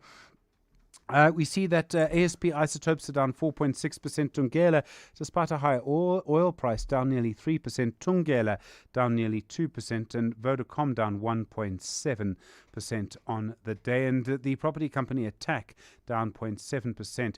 I made the point that markets around the world generally have been lower today. The US opened slightly mixed. So the Dow Jones is up 0.22. The Nasdaq is down 0.09. The S&P 500 is up 0.07. The gold price, $4,564.21. Platinum, $1,977.40. Brent crude, $108.61. The rand to the dollar, 16.60 to the euro, 19.33 to the British pound, 22.22. Karabo will tell you more about the impact of all of these new cars and second-hand cars on our roads in a moment. Stephen Crotis, EWN Business. Thanks, Stephen. Bringing us to 28 minutes to 5. And Bali Dlamini standing by with the news. Starting off, I would imagine, out in Kwaggafontein and the Joe Sibanyoni trial. What have you got? Good afternoon. Thanks, John. A very good afternoon. Well, Gauteng MEC for Economic Development, Vuyiswa Ramokgopa, is moving to shake up the province's liquor licensing system.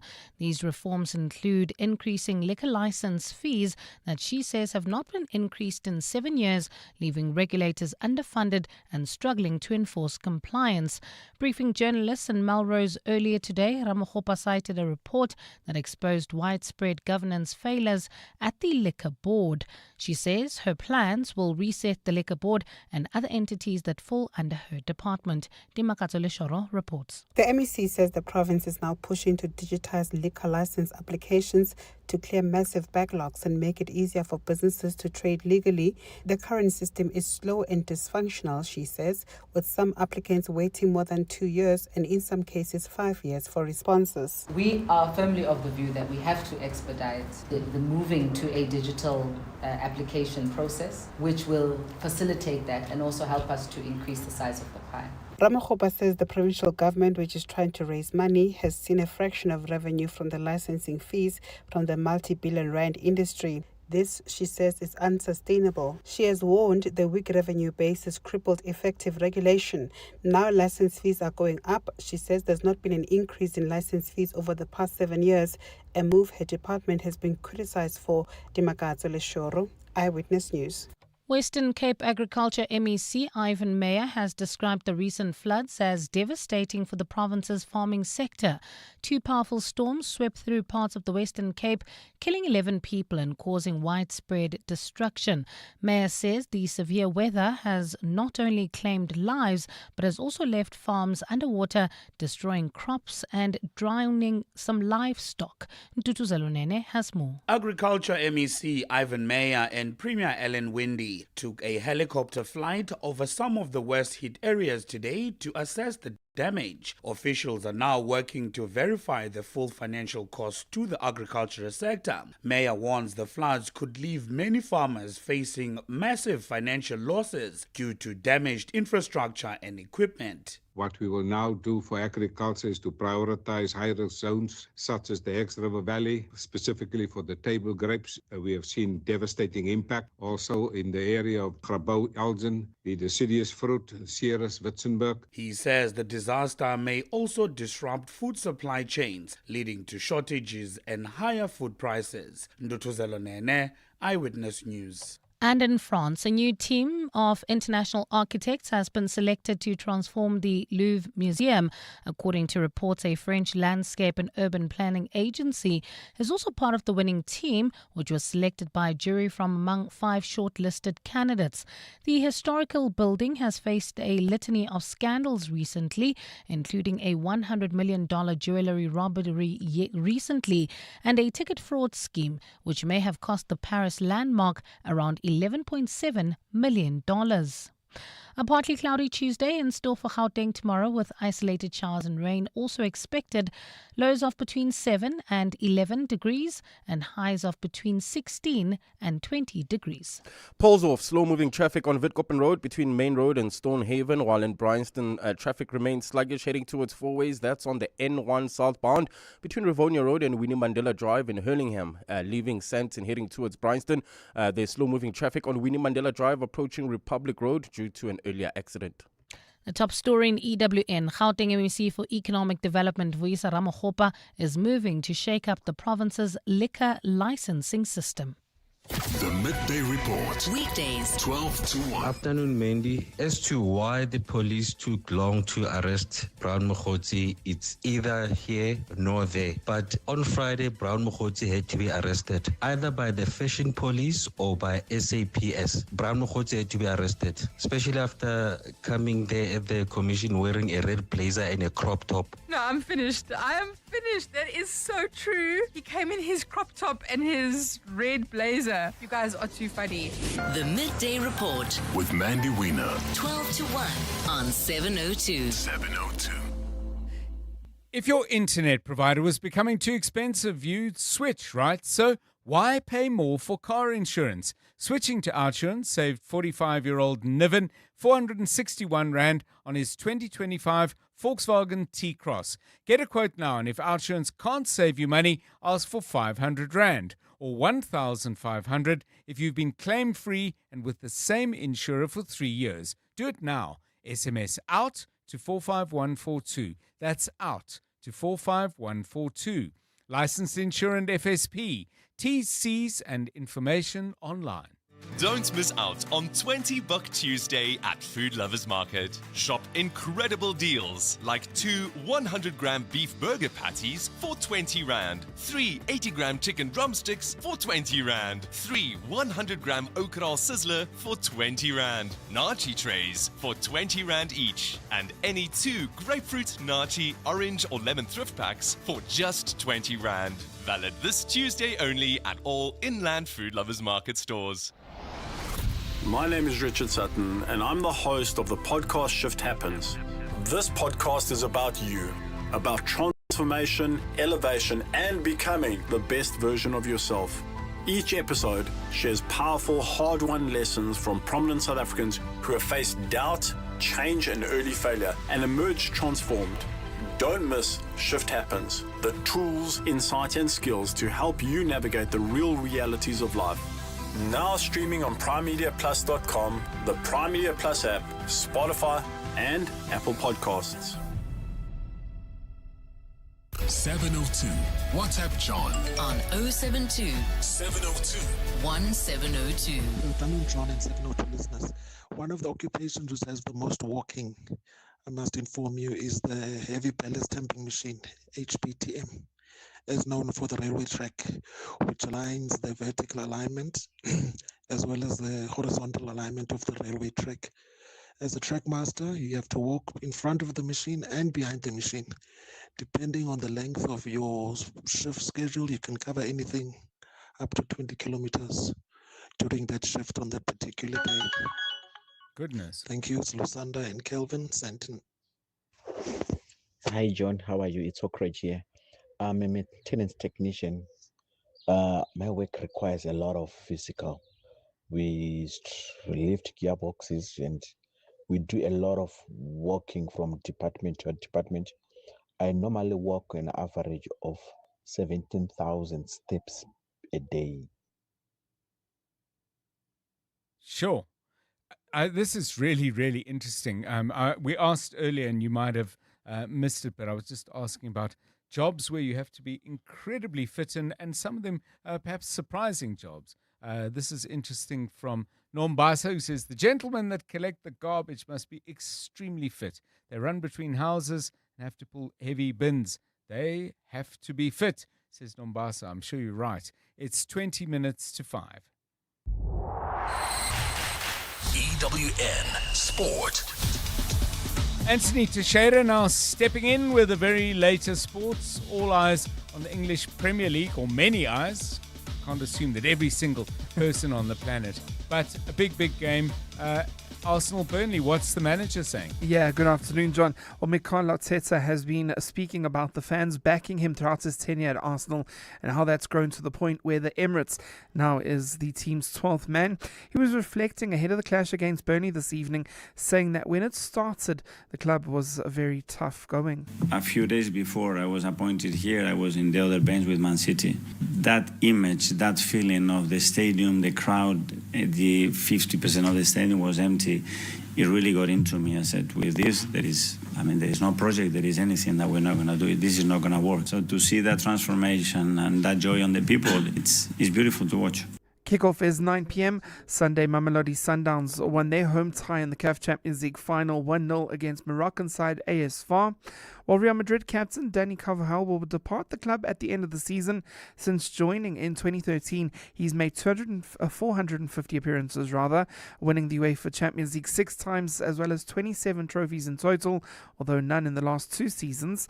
Well, there were chaotic scenes in France with hooded Nantes supporters storming the pitch and throwing flares to protest the club's relegation from Ligue 1. This resulted in their clash against Toulouse to be abandoned midway through the second half as players ran down the tunnel and police were forced to intervene and end the protest. It's been a tough season for Nantes so far, as they've only recorded 5 league victories throughout their 33 games. In rugby, former baby buck Bernard Janse van Rensburg has been called up to the England training camp ahead of the upcoming Nations Championship. The centre made the move abroad in 2021 and now applies his trade for English Premiership side Bristol Bears. He's on the cusp of qualifying on the 5-year residency ground, however, not in time for the test at Ellis Park against the Springboks. While the United Rugby Championship League season wrapped up this past weekend and the quarterfinals have been finalised, the Lions will head to the Viva Stadium to battle defending champs and Irish Giants at Leinster, while Loftus has the Bulls locking horns with Munster. Stormers tackle Cardiff at the DHL Stadium, and the only playoff without an SA side sees tabletoppers the Glasgow Warriors facing Connacht. All of those matches set to take place the final weekend of May. And in cricket, the Chennai Super Kings batting first against the Sunrisers Hyderabad in the IPL. Since then, they've reached 73 for the loss of 2. That's midway through the 7th over. Anthony Teixeira, Eyewitness News Sport. EWN Traffic. Right, let's get the very latest from out on the roads. Karabo Charlie, problems in Paulshof. What's happening there? Yeah, slow-moving traffic. This is in the Paulshof area north of Joburg. On Witkoppen Road between Main Road and Stonehaven, while in Bryanston also traffic a bit sluggish. N1 South between Rivonia Road and Winnie Mandela Drive. Hurlingham leaving the Sandton area heading towards Bryanston. Expect some delays on Winnie Mandela Drive approaching Republic Road. This is due to an earlier accident. On Dersteport, Pretoria roadworks still slowing down traffic on the N4 eastbound between Roslyn Road and Bravery. And in Hermanstad, leaving the Pretoria CBD, expect some delays on Eskiam Pahlele between Vormhagen and the R80. For the latest traffic updates, you can also follow us on X at EWN Traffic. There's more EWN on air, online, and on the EWN app. John Perlman on 702. Let's walk the talk. Right, let's focus our attention on some extraordinary developments out at the Kwaggafontein Magistrates Court. This in connection with the extortion and money laundering case against taxi boss and businessman Joe Sibanyone and 3 other accused. When the prosecutor in the matter failed to arrive at the court, the magistrate Tuleto Tonjeni then ruled that the case would be struck off the roll and that warrant of arrest should go out for the prosecutor Mkhuseli Ntaba. So let's hear then from the National Prosecuting Authority, Advocate Mthunzi Maga, is Special Director of Public Prosecutions at the NPA. Advocate, welcome and thanks very much for giving us your time. Have you managed to speak to the prosecutor today? And if Mr. Ntaba, and if so, what have you managed to learn from him? Good afternoon to you. Good afternoon, John. It's been a while. Thanks for having us. We have not been able to track him and speak to him to get to understand what really took place this morning. So as matters stand, we have an unprecedented incident of a prosecutor who has been convicted for contempt of court, against whom a warrant of arrest has been issued, resulting in the serious case of extortion and money laundering being struck off the roll. So it has far-reaching implications for the image of the institution, our fight against crime, because we are resolute in ensuring that we hold those accused of criminality accountable. But if things like this happen, then it kind of makes it look like a futile exercise, the efforts that we put into it. It is for that reason that when the national director got to know about this, we were watching it live on television. He immediately tried to get to the bottom of it. Unfortunately, as matters stand, we have nothing. Hence the institution of disciplinary action against him, hence the suspension that will start kicking in as soon as the line manager and the labor relations colleagues facilitate that process. Whilst we also have impressed with the Director of Public Prosecutions in Mpumalanga to immediately engage law enforcement to facilitate a process of re-enrollment of the matter, because remember, it has been struck off roll pending written authorization by the DPP to have it re-enrolled. Right. So Advocate, I mean, have you at all, or has anyone spoken to the investigating officer? Because I would have thought he and the prosecutor would have worked very closely together and he might have insight into this? As at the time we issued the statement, we had no explanation from either law enforcement or the prosecutor. Hence the decision that has been taken once the NDPP got to know about this. Quite a few of our listeners are saying that this seems to them that at the very least you ought to investigate the possibility that he might have been subject to some kind of intimidation or threat. Is that something that you are at least considering possible? We are unable to even think and speculate on what could have happened in the circumstances where there's no explanation that has been forthcoming. Hence, I'm saying, John, unfortunately, it's unprecedented. In the history of the NPA established in August 1998, it has never happened that a prosecutor does not arrive in court without an explanation resulting in him being convicted of contempt of court, a warrant of arrest issued, sought by the police, and the case being struck off roll. So we're unable to say we can speculate that this might have happened to him because in the absence of evidence to what we have, unfortunately, we can't take it any further than that, other than to consider and undertake disciplinary action whilst we work tirelessly to ensure that the matter is re-enrolled.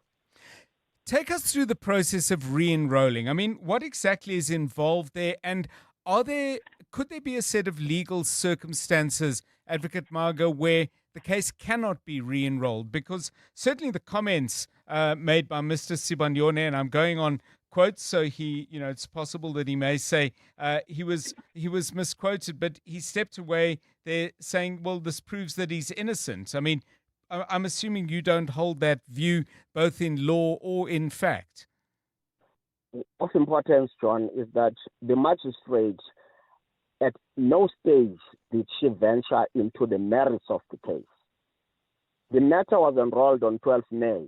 It has now been struck off roll on 18 May, which is 10 days later. So one cannot raise the issue of guilt or otherwise, given the fact that the merits were not dealt with. When somebody, a prosecutor, is involved in a matter like this, that obviously the allegations are very, very serious, extortion, 4 people are being charged, the prosecutor is dealing with a very popular person, a substantial public figure. Do you make any special arrangements for them, for their sense of security? I realize that what's happened today is absolutely unprecedented and you can't necessarily plan for that. But do you change the preparations in any way based on the matter and who's in the dock? Indeed, John, we do an assessment of a security assessment of the case, given this high-profile nature, the accused involved, the charges that they are facing, the location of the court, and then make a determination if adequate measures are needed to secure or protect those involved in the matter, not only the prosecutors. So in this instance, there was never an intimation or even an indication that they could be such, as far as we know in the Office of the National Director. But upon proper and continuous engagement, we don't know what may transpire. How is a prosecutor assigned, advocate? And you know, as much as you can tell us about the specific decision to assign this prosecutor, would it have been based on a record that he or she had established in dealing with matters of this, let me just call it, intensity, both in terms of the profile of the case, but also the matter before the courts and the nature of the charges? Is it allocated by roster? What goes into the decision to say Advocate Mage is going to be the prosecutor for this one? Let me start by outlining the framework that governs how prosecutors operate. The directors of public prosecutors in each division, that is the provinces, decide to prosecute.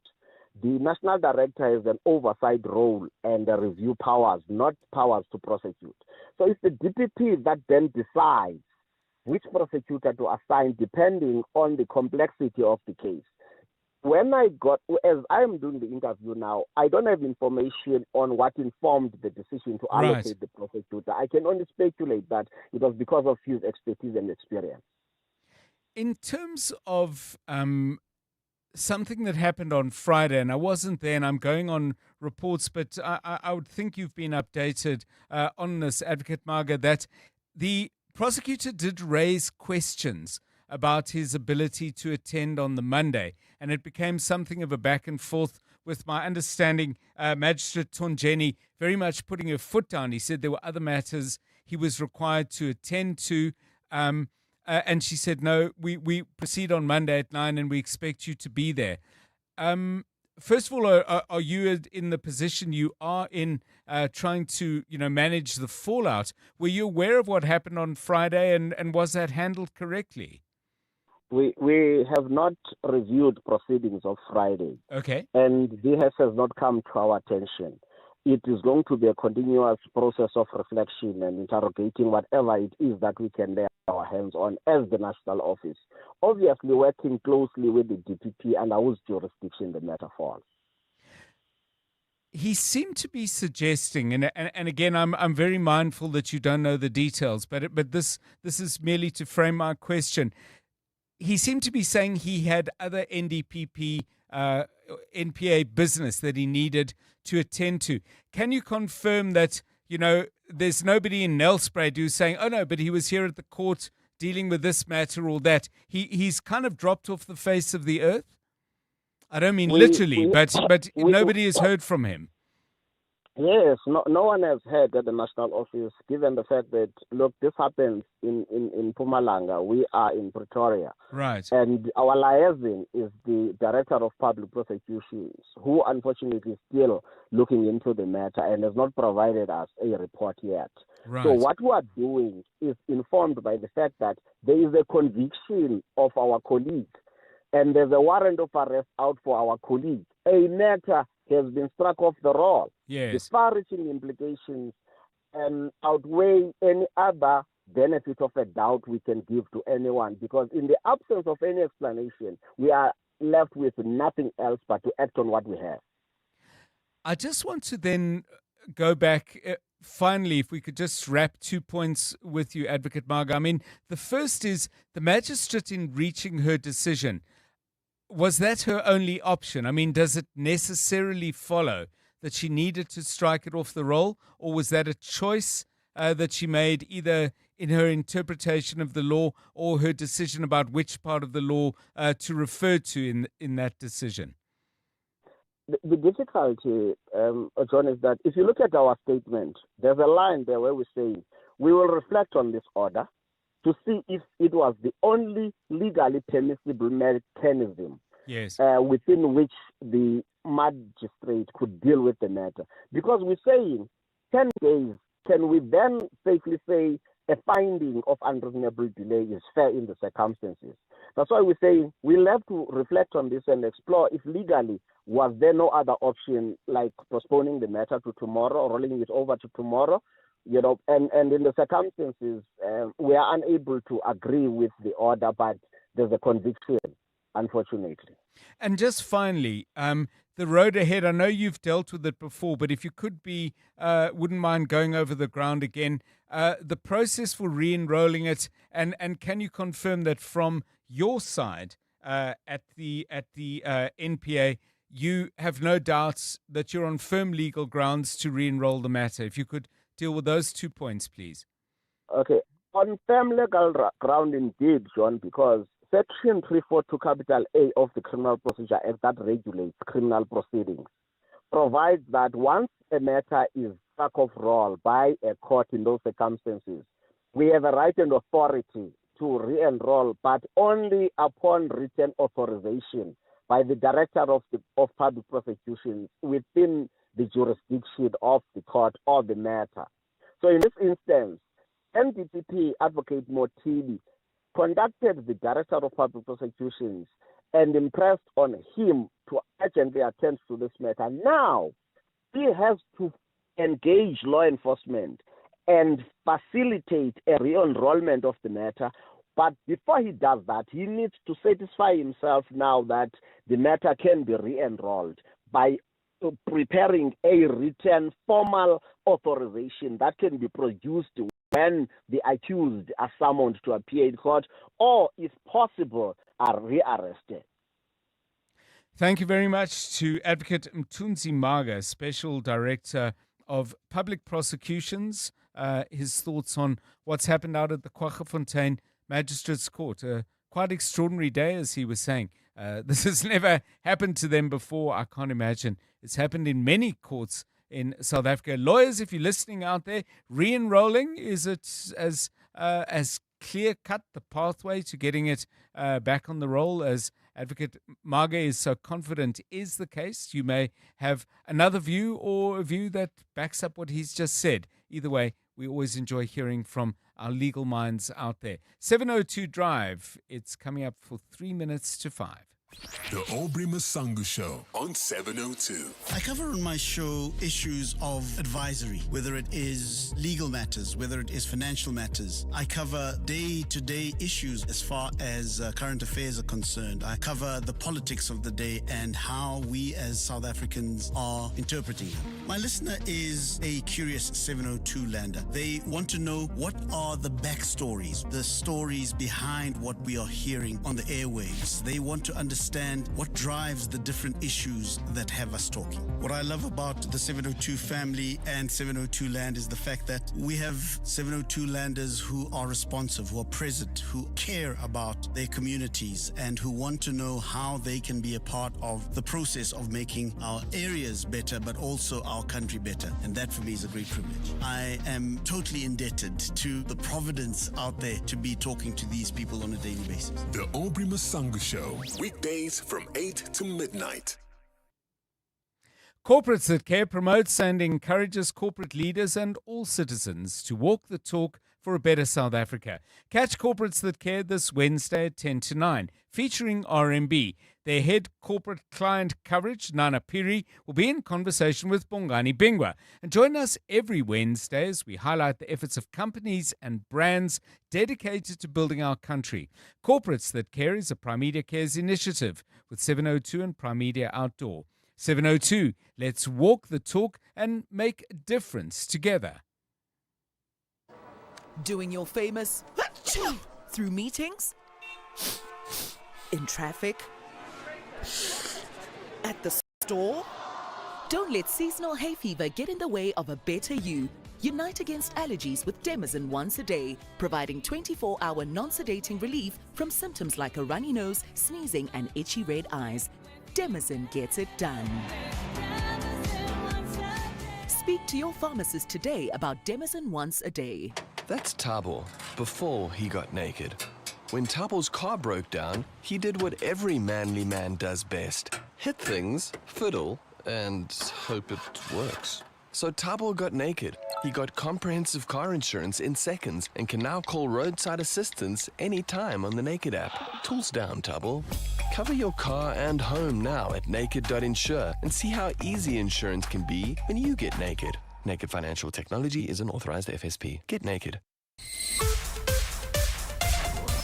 This is EWN. A state prosecutor in the Joe Sibanyoni case suspended, and Brown Mogotsi believes he will walk free very soon.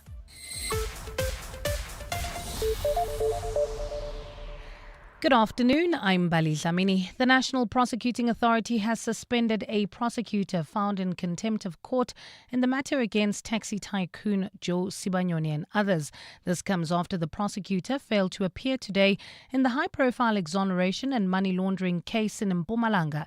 The developments unfolded at the Kwaggafontein Magistrates Court earlier, where the case was struck off the roll. Mongezi Koko reports. The prosecutor failed to arrive for the continuation of bail proceedings, prompting the court to issue a warrant of arrest and find him in contempt. The accused, including multi-millionaire taxi boss Bafana Sindane, face charges of extortion and money laundering following complaints by a Mpumalanga businessman.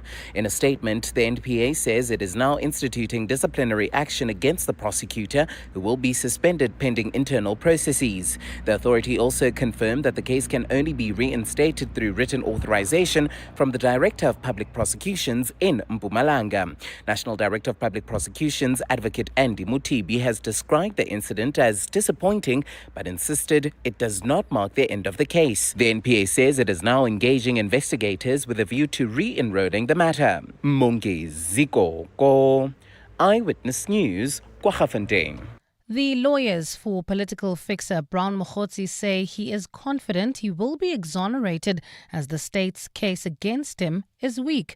Mogotsi made a brief appearance in the Johannesburg Magistrates Court today, where he stands accused of faking his own assassination attempt in November last year in Vosloorus.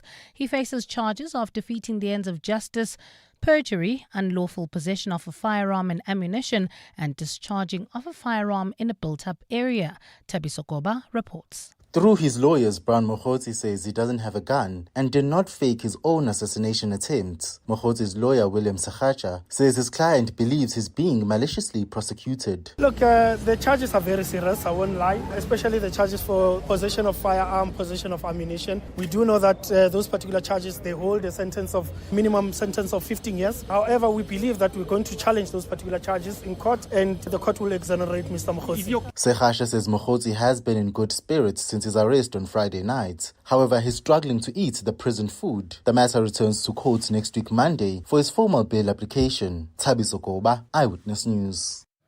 The state in the murder case of slain ANC politician Sindiso Makaka is worried about losing more witnesses. This follows yet another delay in the matter today due to one of the lawyers not being ready to proceed.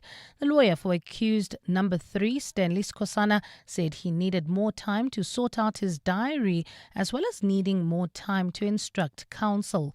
Makaka was killed in 2017, but nearly 10 years since then, his family is yet to find closure. Ntlantla Mabaso has more. Ever since this matter started, the state has lost a total of 4 witnesses who have since died due to natural causes. The prosecution in the case says this could affect the strength of its case as it continues to experience delays. State Prosecutor Advocate Elvis Gcega says they are having challenges with the witnesses questioning their freedom. That ever since this matter started, those witnesses are kept in the witness protection for each and every postponement, my lord. Now we have to explain to those witnesses, we have to beg them, my lord, to remain in the witness protection. He says they are concerned that critical witnesses may risk their safety. It should be also remembered that when the witnesses are placed in the witness protection, they are there for their protection, but voluntarily. That is the pressure now that we are having. We have to explain to them and make them to understand why this matter is not proceeding. The matter will return to court next month. Ntlantla Mabaso, Eyewitness News, Peter Maritzburg. And in the Maldives, the bodies of 4 people who drowned during a diving accident have been found but not yet brought to the surface. They were located inside the Vavu Atoll cave during a joint search and recovery operation. The Maldivian National Defence Force says further dives will be carried out in the next coming days to recover the bodies. A group of 5 Italians failed to return to the surface after diving in the deep underwater cave on Thursday last week. A rescue diver who was engaged in the search for them also died on Saturday. The accident has been described as the deadliest diving disaster in the Indian Ocean tourist destination. Gold is trading at $4,544.25 an ounce. The rand is at 16.62 to the dollar, 22.27 to the pound, 19.36 to the euro, and Brent crude oil is at $110.08 a barrel. Road report: traffic congested on Hendrik Potgieter approaching Christian de Wet, while in Polshof, slow-moving traffic on Witkoppen Road between Main Road and Stonehaven, and there's also slow-moving traffic leaving the Sandton area. This is in Hurlingham on Winnie Mandela Drive approaching Republic Road due to an earlier accident. And in your sport, Arsenal looking to inch closer to the Premier League title as they face off against Burnley today with the hopes of opening up a 5-point gap to Man City. London set to fit the bill for West Ham's possible relegation. Bafana, one of the 12 highest ranked sides on the continent ahead of the 2027 Africa Cup of Nations qualifiers, and the latest from the IPL. A partly cloudy Tuesday in store for Gauteng tomorrow with isolated showers and rain also expected. Johannesburg drops to overnight lows of 10 degrees, peaking at 16. Pretoria 11 and 19 and Vereniging 7 and 20 degrees. The top story in EWN this hour: the National Prosecuting Authority has suspended a prosecutor found in contempt of court in the matter against taxi tycoon Joe Sibanyoni and 3 others. EWN, in touch, in tune, and independent.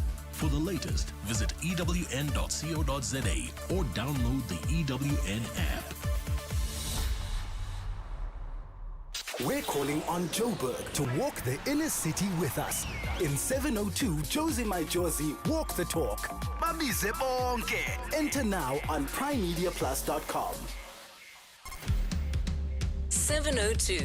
Drive home with John Perlman. John Perlman, 3 to 6 p.m. On 92.7 and 106 FM. Let's walk the talk.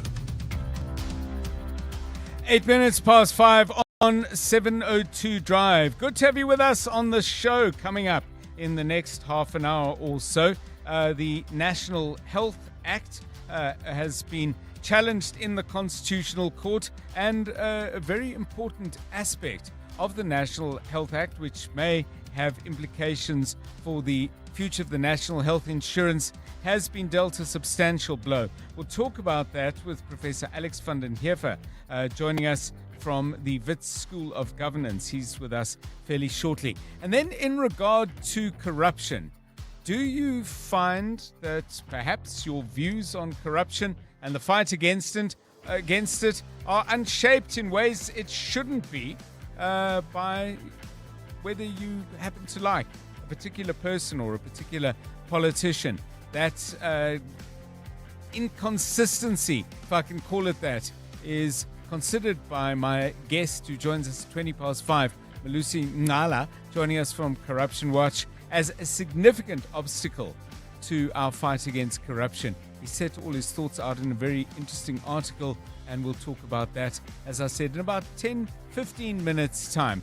Also coming up a little bit later on the show, in the last half hour, we're going to play you some music. I'll tell you more about that in a moment. 702. WhatsApp John on 072 702 1702. Hi, John and the team. I'm a speech therapist working in a hospital. And yeah, I think physically, the amount of steps we do in a day, and also just the strain on your body in rehabilitation, in patients in recovery, is quite a lot. And yeah, I think we're a team of about 6-7 therapists, and we had tracked last year that we ended up walking from Johannesburg all the way to a little town in China called Harbin, by how many steps we had done as a team for the whole year, walking around the hospital up and down. So yeah, I think anybody working in rehabilitation, in healthcare with patients, it's quite a physically demanding job. Thanks. The problem with re-enrolling a matter of this magnitude is the fact that whilst the accused were there for the bail application today, where they would have had to show that it's in the interests of justice for them to get bail, they have now been released. And if they re-enroll the matter and the accused are summoned to come to court, then they are automatically on warning. Good afternoon to you, John, and the team. John, in terms of the Simanyoni case, you know, the honest truth is that that prosecutor understands the repercussions of his actions. But dare I say, John, I think this is a classical case of where a man said to himself, rather a living dog than a dead lion. Eugene in Boksburg. Yeah, listen, there's a lot more that's still going to come out on that. We don't know exactly what happened, but there will be digging and things will be found as the digging gets underway. I'm absolutely sure of that. The question we asked a little bit earlier, by the way, jobs in which there's a surprising level of fitness required. And thank you, getting real insights into different kinds of work. Chris sends us this and says, my boss constantly jumps to conclusions, runs off her mouth, kicks my butt, and bends my ear. My boss, Chris says, is very fit. It's 12 minutes past 5. You're with John Perlman on 702. Okay, so coming up a little bit later on the show, in the last part of 702 Drive, we always play you some music. We often ask you something around a theme, and we've asked you for songs that make you sad and songs that make you happy and songs that make you ready to tackle a Monday. Today, we thought we'd do something different. Any songs out there that actually make you laugh? Kabazela found this one. Be prepared. Be prepared. That's the Boy Scout solemn creed. Be prepared. And be clean in word and deed. Don't solicit for your sister. Okay, that's Tom Lehrer from way back. We'd like your perhaps more recent updates on songs that have made you laugh. 13 minutes past 5. EWN Traffic. This EWN Traffic is brought to you by Outsurance. SMS the word out to 45142 now. You could save on car insurance. If you don't, ask them for 500 Rand. Heading out west through Roodepoort, you might find it slow. Yeah, that's in the Roodepoort area, John. There's heavy delays on Hendrik Potgieter approaching Christian de Wet. This is due to an earlier accident. Pulls off also slow-moving traffic on Witkoppen Road between Main Road and Stonehaven, while in Bryanston heading towards Fourways, traffic remains sluggish on the N1 southbound between Rivonia Road and Winnie Mandela Drive. Hurlingham, if you are leaving Sandton heading towards Bryanston, there's bumper-to-bumper traffic on Winnie Mandela Drive approaching Republic Road. This is due to an earlier accident in the city of Tshwane on Derstpoort. The roadwork still causing delays on the N4 eastbound between Roslyn and Bravery Road. Hermanstad leaving the Pretoria CBD. There's heavy delays. This is on Eskiam Pahlele between Vomhagen and the R80. If you come across any other traffic issues, please WhatsApp us on 072 702 1702. There's more EWN on air, online, and on the EWN app. The Outsurance Pointsmen can't help you pass your license renewal eye test, but they can help you arrive on time. Seeing them on your route just makes you feel better. The Outsurance Pointsmen have been easing traffic congestion so everyone gets where they need to be quickly and safely for the past 20 years. With Outsurance, you really always get something out. In proud partnership with 702. Show them some love online using #PointsmenLove. Licensed insurer and FSP. The Money Show with Stephen Grootes on 702. My show is about your money, and it's about how people have made their money. But it's also about what happened to your money today, what happened on the JSE, what's happening overseas. All of these things, all about the way in which people make their money, spend their money, use their money, and in so many ways, use their money to make more money for them. What I absolutely love about the 702 family and 702 land is the huge warmth of people, the generosity that they show. But I also absolutely love the hustle. Anyone in business is actually trying to improve the economy. They're trying to have an impact on all of us. And there's a go-getting attitude to 702 land that you don't see in so many other places. That's what I really love about 702 land. That getting together and doing something new, and in the process, making money. The Money Show with Stephen Grootes. Weekdays from 6 to 8 p.m. You're with John Perlman on 702. Let's walk the talk. Right, let's focus our attention on the law and our national health system and the Constitutional Court, all of them coming together at Con Hill today, where the Constitutional Court ruled on Monday that sections 36 to 40 of the National Health Act are unconstitutional. Now, what this deals with substantially is a provision in the National Health Act that allowed the minister to make certain determinations that, in effect, decided where people would be able to work or not. The matter was originally adjudicated on by the High Court in Pretoria. I think it was the Gauteng High Court in Pretoria, and then it ended up in the Constitutional Court, where the High Court decision has been confirmed. So what exactly was at issue, and crucially, what are the implications? Professor Alex van den Heever joins us from the Wits School of Governance. Prof, welcome, and thanks very much for your time. Spell out, if you will, please, firstly, what was ruled on, but secondly, on why this matters. The proposal in the Health Act was that government, or the National Department of Health, would regulate where health providers, in particular health medical practices in the private sector, could locate themselves spatially, and that they could basically restrict people from working in certain areas in order for them to move to other areas that could be regarded as having a higher need. The Act focused on the private sector because the government already can dictate where people in the public sector work.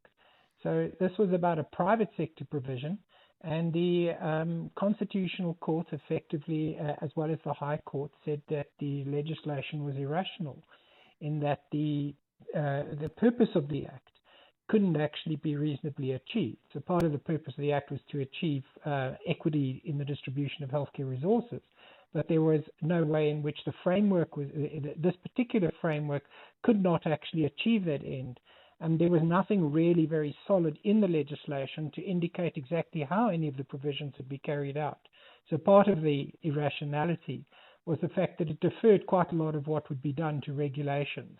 So nobody could actually work out how this framework could actually be implemented.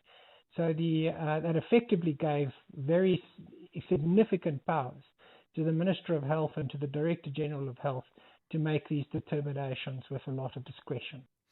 So in terms of the court was not judging the national health insurance that is dealt with, as I understand it, under separate legislation.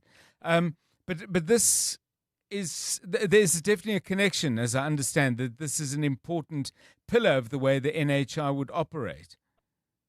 Well, it doesn't. So this was not actually legislation that wasn't actually created with the NHI framework in place, but in mind, because the National Health Act was implemented in 2003, and these provisions were there then. But it reflects a similar mindset in that you will centrally control where people go, and there would be and so the private sector, because in essence this is targeted at the private sector, wouldn't have the ability to make the decisions on their own. So and I'm not using private sector quite broadly. It means medical practitioners who aren't corporatized won't be able to set up practices, or even if they have set up a practice, might have to move according to this framework. So yes, it was set up quite a long time ago, but was never actually commenced, and was challenged in court quite early on. And there have been a number of challenges to deal with its implementation. So it has never actually come through. What is similar to the NHI framework is that it's a very similar mindset, in that it's a command and control framework with very limited kind of guardrails on the exercise of discretion by basically a central government or a national department or a minister. This is the concern. It's a very command and control design and framework. It gives a lot of discretion to both officials and political actors, and basically it can infringe on the rights of people quite severely, and there is no real protection. So it's against arbitrary use of power. So that's a sort of very crude way of framing it. In essence, it's not a very well-balanced framework. It doesn't deal with substantively achieving equity objectives. It just establishes the ability to control, and then it'll work out a way to do that later. In many respects, the NHI framework has similarities. Thank you very much, Professor Alex van den Heer, for joining us from the Wits School of Governance. If you're involved in the world of healthcare, maybe you've got a view on that, a view from the public sector, view from the private sector. The High Court ruled, the Con Court has confirmed, and in a unanimous judgment made other observations as well. If you've had a chance to look at it, tell us what you think. 072 702 1702, 21 minutes past 5. Drive home with John Perlman on 702. Let's walk the talk. So I'm looking at an article in a very interesting piece indeed in News 24, and I'll read you the first sentence, and then we'll get straight into the issues with my guest. My guest writes, if South Africa wants to meaningfully and effectively combat corruption, it must abandon its stance of selective condemnation. And he goes on to say that we can have all the commissions we like and all the court cases we like and all the actions taken against corruption that we like, but if we have this national predisposition, not everybody, but many of us, it would seem he is saying, to change our views on corruption and what should be done about it, depending on who stands as accused, we will never, ever deal with the scourge that's ripping the country apart. Malusi Ngala is a senior researcher at Corruption Watch and joins us now on 702 Drive. Mr. Ngala, welcome, and thanks very much for giving us your time. It's clear from your article you're very much prompted to write this by the responses around the Concord decision in regard to Phala Phala and what's happened subsequently. Tell us what your key concern is. Good afternoon to you. Good afternoon, Mr. Perlman. Thank you for having us. I think what actually inspired this piece is the idea that I think South Africa has done quite a lot in respect to exposing corruption and speaking up and speaking out against corruption. And we now find ourselves at a juncture where we need to accelerate the gains that we've made for fighting corruption. Right. And what we need to do is that we need to have accountability.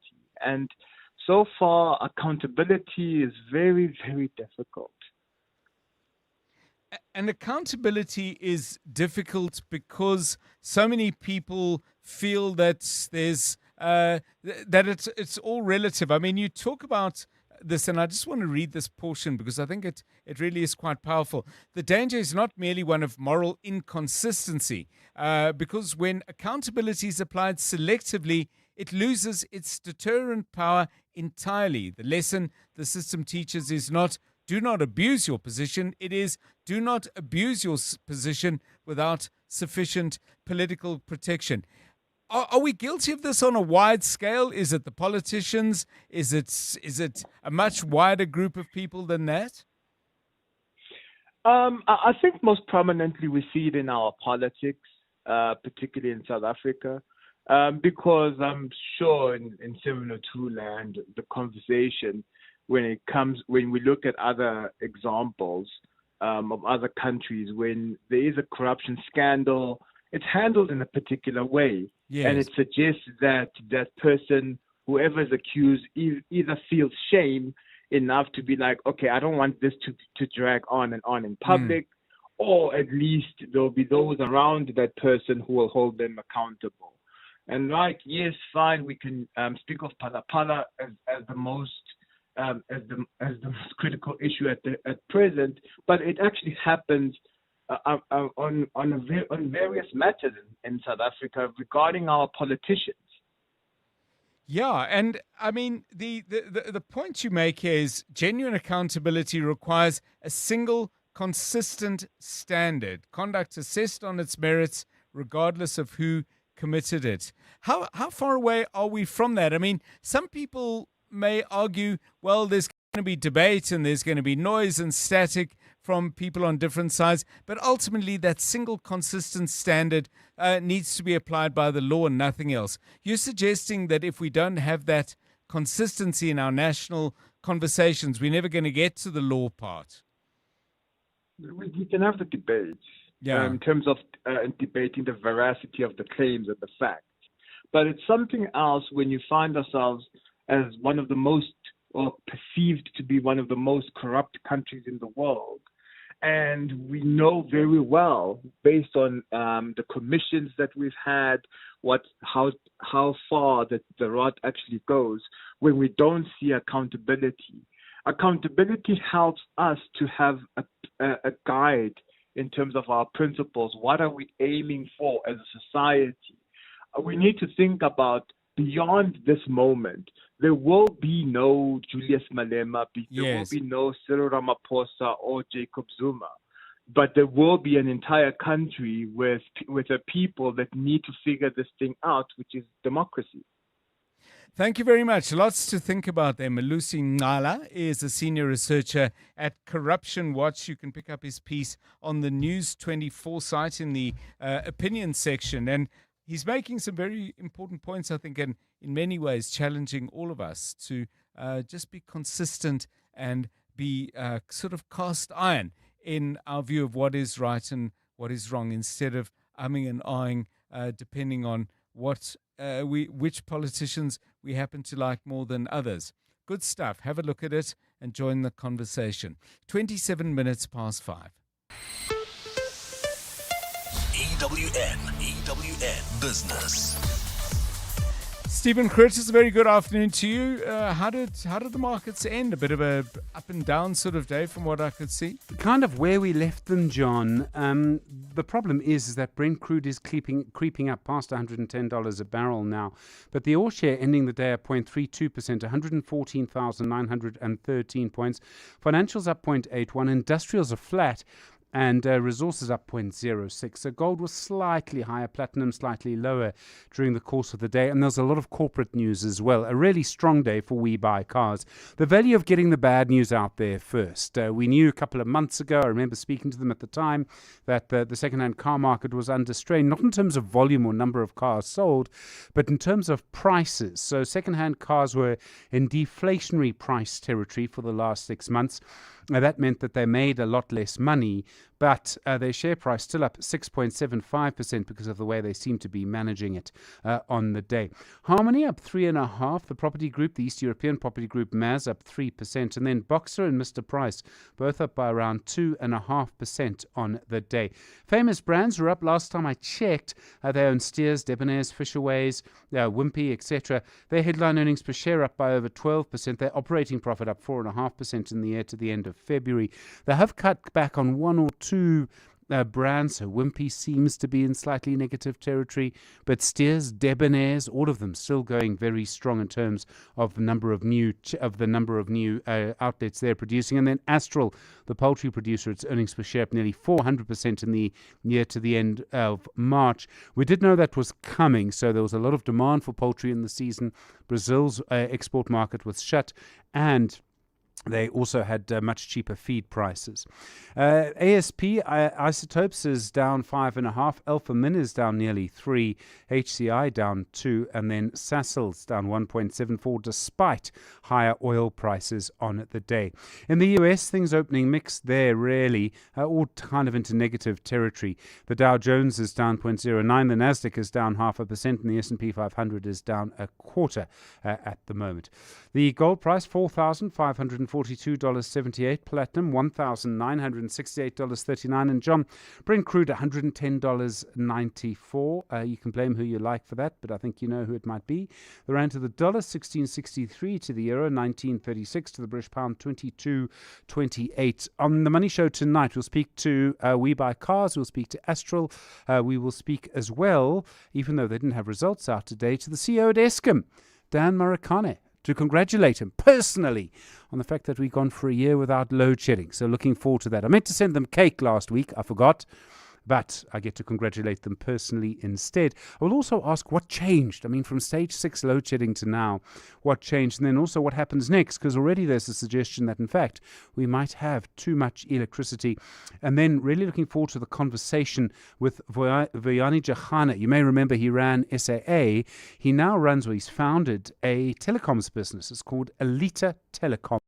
And he's focusing specifically on one market. Stephen Curtis, EWN Business.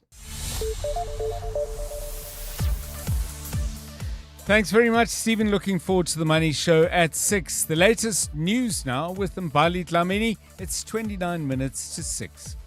Thanks, John. Good afternoon. The grandparents of missing Limpopo toddler Umphile Sithole will spend the next week behind bars before their bail bid is heard. 52-year-old Venolia Mabuyela and 55-year-old Jacob Ledwaba appeared in the Mawelereng Magistrates Court this afternoon. Umphile was reportedly abducted while sleeping next to her grandmother at their home earlier this month. The state alleges the couple neglected the 2-year-old since January.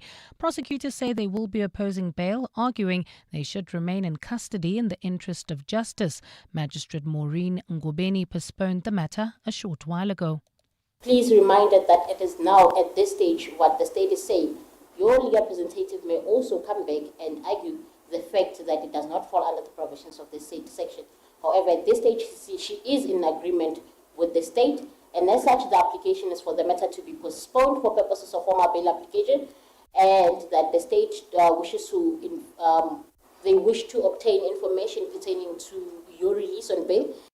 The prosecution in the trial of alleged underworld gang boss Nafees Modak has argued that the trial can no longer be delayed by Modak's tactics. Presiding Judge Robert Henney listened to submissions from Modak's attorney today and the prosecution in the Western Cape High Court. Henney then requested the hearing to decide whether or not to close Modak's case following numerous delays by the defence. Carlo Peterson reports. State Prosecutor Greg Wormrans today argued the continuous delays in Nafees Modak's case is preventing the co-accused from having a fair trial. Modak is on trial along with 14 other co-accused, 13 of whom must still defend the charges they face. Wolmerans told the court the co-accused right to a fair trial must be taken into account. There simply seems to be only one conclusion, and that is it's in the interest of justice to stop this madness, to deem the case of accused number 1 closed. Lawyers for the other accused agreed for the court to close Modak's case and allow the trial to proceed. Presiding Judge Robert Henney is set to make his decision on Wednesday. Carlo Peterson, Eyewitness News, Western Cape High Court. The Patriotic Alliance has made 2 changes to its parliamentary caucus, which will see the return of former DA MP Liam Jacobs representing the party in the National Assembly. The party will also be replacing Jasmine Peterson, who made history as the youngest ever MP in the National Assembly. PA leader Gayton McKenzie made the announcement to his party in a Facebook Live video last night. McKenzie said Jacobs will be replacing MP and regional leader Ernest Gimba Hendricks, who will be redeployed elsewhere. The 2 people we are redeploying from Parliament. We are in the first thing, we're redeploying 2 people. We're taking Gimba out. You'll hear in the second live what is his new role. We're taking Gimba out, and the person that goes in the space of Gimba is Liam Jacobs. Liam Jacobs is going to Parliament. The SG will do all the paperwork tomorrow. The second parliamentarian that's going out is Jasmine Peterson. And medical personnel have been rushing to the front lines of the Ebola outbreak in eastern DRC. A delegation arrived in the capital of the Ituri province yesterday. The province is at the heart of the outbreak, and experts have set up more tents as treatment centers. Sky News has been reporting that a cargo plane is being prepared to bring in additional supplies from a depot in Kenya. The disease has claimed 88 lives, and a further 336 suspected cases have been reported. A partly cloudy Tuesday in store for Gauteng tomorrow, with isolated showers and rain also expected. Lows of between 7 and 11 degrees and highs of between 16 and 20. Pulls off slow-moving traffic on Witkoppen Road between Main Road and Stonehaven, while in Hurlingham, leaving the Sandton area. There's bumper-to-bumper traffic on Winnie Mandela Drive approaching Republic Road due to an earlier accident. The top story in EWN. The grandparents of missing Limpopo toddler Umphile Sithole will spend the next week behind bars before their bid for bail is heard. Africa Milani. Weekday mornings, 4 to 6. What happened? Why didn't Orlando Pirates win and therefore secure the title? That Durban City team, they came out with the main object of not allowing Pirates to win. It's like someone paid them to play like that because they played low block and they didn't give Pirates a chance. I can't believe you are accusing Durban City of being paid to play like that. They come up with a strategy, with a plan, and the objective, of course, being to win. Africa Milani. 4 to 6 on 702. There's so much health information out there, but how do you know what to trust? Catch the Clement Manya Teller Show tomorrow from 9 a.m. for Health Matters by Cipla Africa, where we'll be unpacking important health conversations designed to help you better understand your body and well-being. Health Matters by Cipla Africa is a trusted hub, bringing you expert-led health conversations you can trust. Then head to the Prime Media Plus app or primemediaplus.com. Scroll to Prime Media Highlights and watch the latest Health Matters video featuring leading experts and thought-provoking conversations. That's Amanda before she got naked. When the power tripped, Amanda felt more helpless than when her mom-in-law called her lasagna different. So Amanda got naked. She got car and home insurance at a lower premium and can now call an electrician anytime via the Naked app. There we go. Cover your car and home now at naked.insure and see how easy insurance can be when you get naked. Naked Financial Technology is an authorized FSP. Get naked. Out there? Oh, why would you want to go out there? Your job's out there. Traffic to get to your job's out there. The guy at your job who hasn't showered since your last job is out there. Winter living is designed for staying in, especially with Decofern's red-hot markdowns on our coziest furniture like armchairs and couches. Get loads of stock and speedy delivery now at your local Decofern or decofernsa.co.za. 702. WhatsApp John on 072 702 1702. Hello, John. John, I'm in the agricultural sector. Toyota has always worked for me in the farms and off-road roads. But the way the car is expensive, Legend 55 is 1 million, Legend 50 is 800. This Chinese is 600,000. But I'm just skeptical of the off-road and the farm rules. Any advice from your listeners? Hi, DK, Limpopo. Hi, John. It seems the media hasn't picked up on one issue on Saturday during the match between Pirates and Durban City. Hordes of people broke down a gate and forcefully gained entry into the stadium. Sunday Worlds put out a video on it, and you could see SABS and stadium security just standing and watching the people there. Surely PSL can do something about it. For example, blocking off entry into any stadium for about 1 kilometer, and those with no tickets aren't allowed beyond that point. Are we waiting for another Ellis Park tragedy? Yunus Kilani. Yeah, I must admit, I was unaware that actually happened at the stadium, and these issues came up at the derby, the Chiefs-Pirates match at Soccer City. Questions of creating perimeter zones a distance away from the stadium, no tickets, you simply don't get that far. Yeah, fair point. We've got to get better at this stuff before we find ourselves dealing with tragedy again. 21 minutes to 6. EWN Sport. Anthony Teixeira, a very good afternoon to you. We've got football, and we've got football. Starting where, please? We do indeed, John. Good afternoon. We start with Arsenal, as they'll be targeting 5 points, a gap to Man City at the top of the Premier League this evening. They're set to host relegated Burnley at 9 p.m, with Mikel Arteta denying that the title race or goal difference pressure is on his list of worries. We're not thinking about that type of thing. The only focus is on Burnley and winning that game. That's the things that we can control. First of all, you have to earn the right to win the game. And obviously, if I make a difference with more goals, that's obviously even better. But we're all playing very tough matches. We know ideally that scoring goals is going to be important. Meanwhile, the Mayor of London, Sadiq Khan, says if West Ham are relegated from the Premier League, it could cost the London taxpayer up to £2.5 million a year. If the Hammers find themselves in the Championship next year, they'd have home games which would increase from 19 to 23, and operating costs such as stewarding, which are covered by the city, would likely increase as well. They would also see their rent cuts in about half. Right now, they're in the drop zone with 1 game left to play in their season, 2 points off of Spurs, who have a game in hand over them. Confirmation for Tuesday's seedings in the 2027 Africa Cup of Nations qualifiers draw.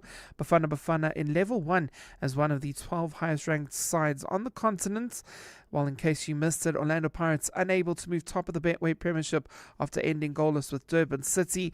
It means if the Buccaneers are to end a 14-year wait for a Premiership title, they need to win this coming weekend against a relegation threatened Orbit College, as they remain 2 points adrift of leaders Mamelodi Sundowns. For the Brazilians, they had continental duty. They won the first leg of their CAF Champions League final 1-0 over AS FAR at Loftus. The return fixture in Morocco is Sunday evening. And in live cricket action at the IPL, David Brevis did his best to try and anchor the innings of CSK. He's out now for 44.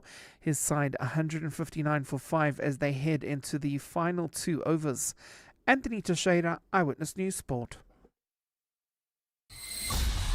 EWN Traffic. Coming up now for 18 minutes to 6, this EWN Traffic is brought to you by Outsurance. SMS the word out to 45142 now. You could save on car insurance. If you don't, ask them for 500 Rand. Lots and lots of different areas, actually, of difficulty today. Virtually a problem now. Yes, John, that's in the Kempton Park area. Slow-moving traffic on Modderfontein Road between Pretoria Road and Mooifontein. There's also bumper-to-bumper traffic in Roodepoort on Hendrik Potgieter approaching Christian de Wet due to an earlier accident. Pulls off. There's also slow-moving traffic on Witkoppen Road between Main Road and Stonehaven. While in Bryanston, heading towards Four Ways, traffic remains sluggish. N1 southbound from Rivonia Road to Winnie Mandela Drive. In Hurlingham, leaving the Sandton area, there's still slow-moving traffic. This is on Winnie Mandela Drive, approaching Republic Road due to an accident scene. And in Hermanstad, Pretoria, expect some delays on Eskiam Patlele between Vomhagen and the R80. If you come across any other traffic issues, kindly WhatsApp us on 072-702-1702. There's more EWN on air, online, and on the EWN app. Things people stress about in traffic. Number 48. Did I upload the updated version of the presentation? Oh, the anxiety. Well, with the Outsurance Pointsman on your route, at least the traffic is one less thing to stress about. The Outsurance Pointsmen have been easing traffic congestion so we all get to where we need to be quickly and safely for the past 20 years. With Outsurance, you really always get something out. In partnership with 702. Outsurance is a licensed insurer and FSP.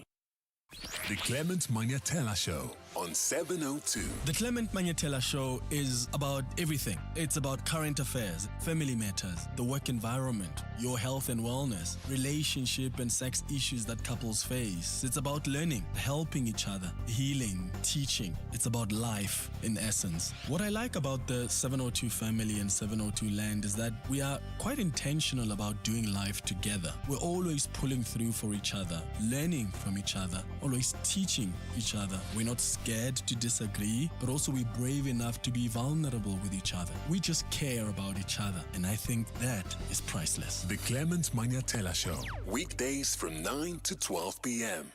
John is on X. At John Perlman. 702 Drive. So we thought we'd go down a slightly different route for today's song theme. As I said before, we've asked you about songs that remind you of old friends and songs that you played on your first date and all that. And then we just thought, well, you know, some songs are actually written to make you laugh. So we asked you much earlier in the show, and there's been a big response. I didn't know there were that many funny songs out there. I must admit, I never looked to music to make me laugh. But quite a few of you have come up with quite a lot. And Jonathan Fairbairn Kabazela has been looking at what's come in, and we've got an overwhelming favorite, it would seem. Yeah, as soon as you had asked that question, the WhatsApps just started streaming in. I was like, wow, there's that many funny songs. But the overwhelming response from our 702 family is Afro Man's Because I Got High. And this is the clean version, by the way. So let's take a listen to Afro Man, Because I Got High, bro. Roll another blunt. Yeah. Oh, good. La da da da da da. La da da da. La da da da. La da da da. La da da da. I was gonna clean my room until I got high. I was gonna get up and find the broom, but then I got high. My room is still messed up, and I know why. Why, man? Yeah, cause I got high. Because I got high. Because I got high. La da da da da da da. I was gonna go to class before I got high. Come on, y'all. Check it out. I could have cheated and I could have passed, but I got high. I'm taking it next semester, and I know why. Why, man? Yeah, cause I got high. Because I got high. Because I got high. Go to the next one. Go to the next one. Go to the next one. I was gonna go to court before I got high. I was gonna pay my child support, but then I got high. No, you wasn't. They took my whole paycheck, and I know why. Why, man? Yeah, cause I got high. Because I got high. Because I got high. I wasn't gonna run from the cops. Afro Man from the 2000 album that he put out, which was also called Because I Got High. A comedy hip-hop song is the way Wikipedia describes it. And one of you who suggested said that really was the only great song he did. But a lot of people seem to enjoy that. So, songs that made you laugh, please keep sending them to us. We'll play as many as we can in just a moment. 13 minutes now to 6 o'clock. The Aubrey Masangu Show on 702. I cover on my show issues of advisory, whether it is legal matters, whether it is financial matters. I cover day-to-day issues as far as current affairs are concerned. I cover the politics of the day and how we as South Africans are interpreting them. My listener is a curious 702 lander. They want to know what are the backstories, the stories behind what we are hearing on the airwaves. They want to understand what drives the different issues that have us talking. What I love about the 702 family and 702 land is the fact that we have 702 landers who are responsive, who are present, who care about their communities and who want to know how they can be a part of the process of making our areas better, but also our country better. And that for me is a great privilege. I am totally indebted to the providence out there to be talking to these people on a daily basis. The Aubrey Masangu Show, weekdays from 8 to midnight. Something big is coming. You see, if you are tired of life never giving you a real chance, just know that your chance is coming. We've decided that if life isn't gonna give us bigger and better, then we're gonna give it to ourselves. We're also tired of the ones running this whole thing. Soon there'll be a takeover, a change, a chance. Like we said, something big is coming, and your chance to change your life is finally coming home with Sizekaya. Mzansi, a new chapter begins 1st of June 2026. You can become a victim of a legal problem, wrongful arrest, assault, uncontested divorce, rental disputes, maintenance matters, or labor problems. It can happen to you. Clientele Legal provides tough professional lawyers for an affordable monthly premium. Our legal team is standing by to assist you 24 hours a day. Join today. SMS Legal to 48721. That's legal to 48721. Clientele General is an authorized FSP and licensed non-life insurer. T's and C's online. Standard rates apply. 702.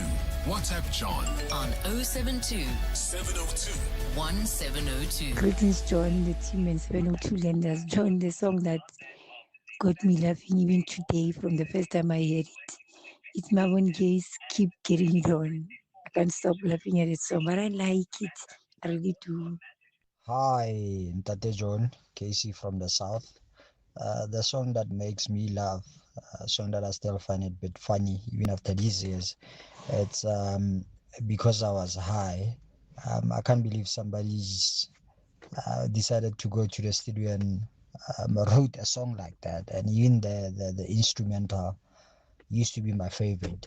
So yeah, nice show as usual. High five. See what I did there?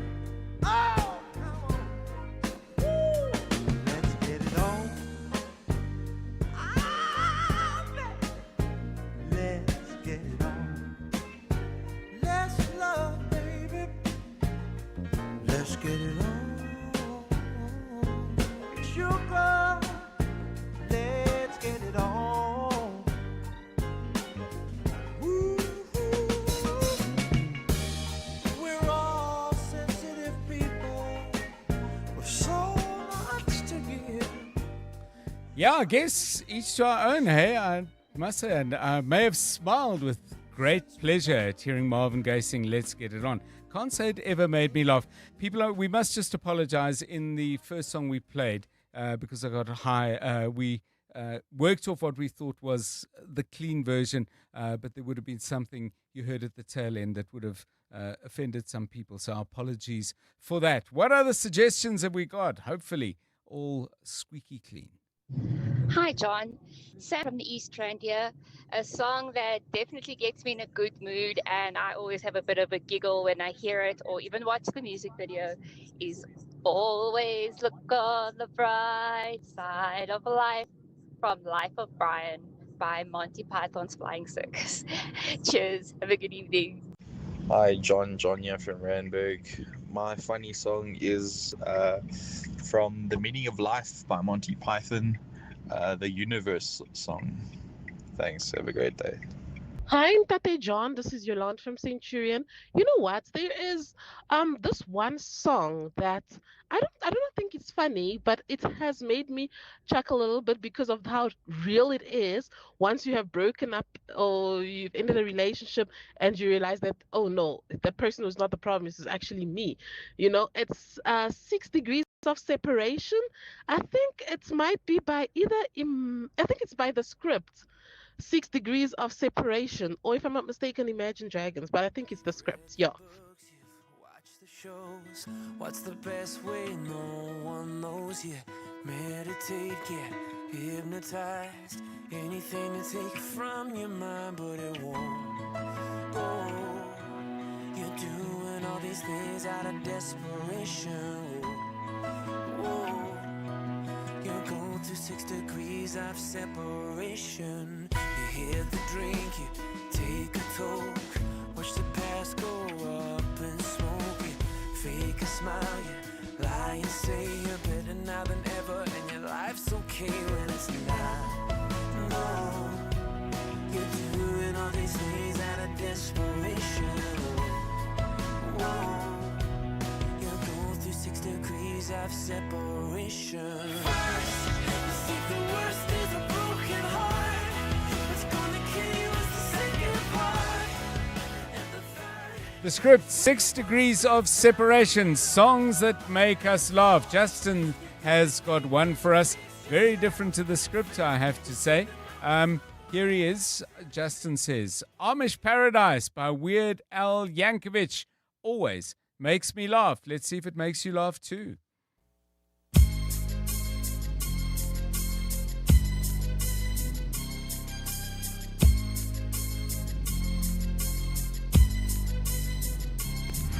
As I walk through the valley where I harvest my grain, I take a look at my wife and realize she's very plain. But that's just perfect for an Amish like me. You know I shun fancy things like electricity. At 4:30 in the morning I'm milking cows. Jebediah feeds the chickens and Jacob plows.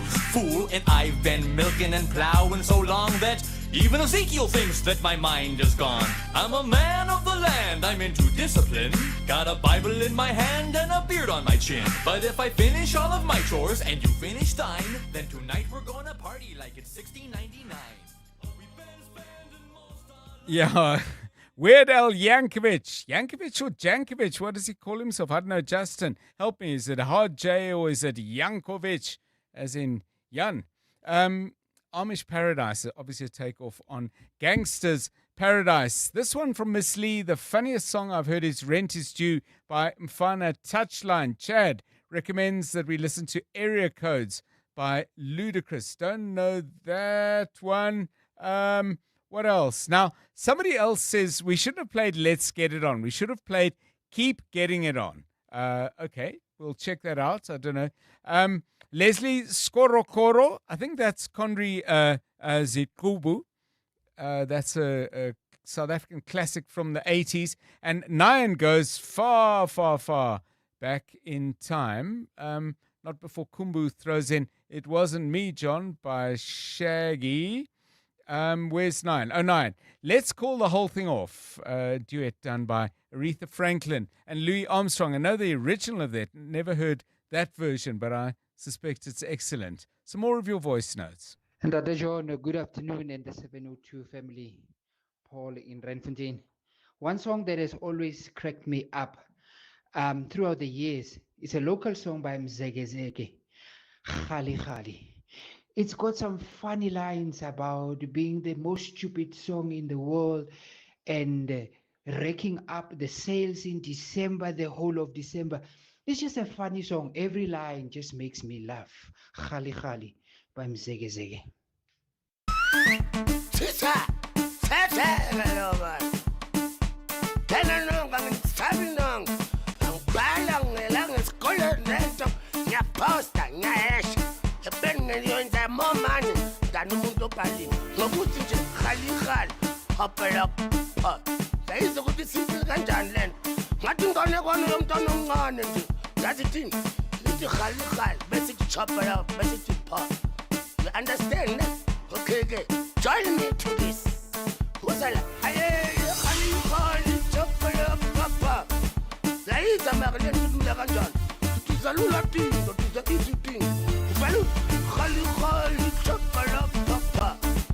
Now things that you are playing with uyabona kugcwele yonke freshness everywhere.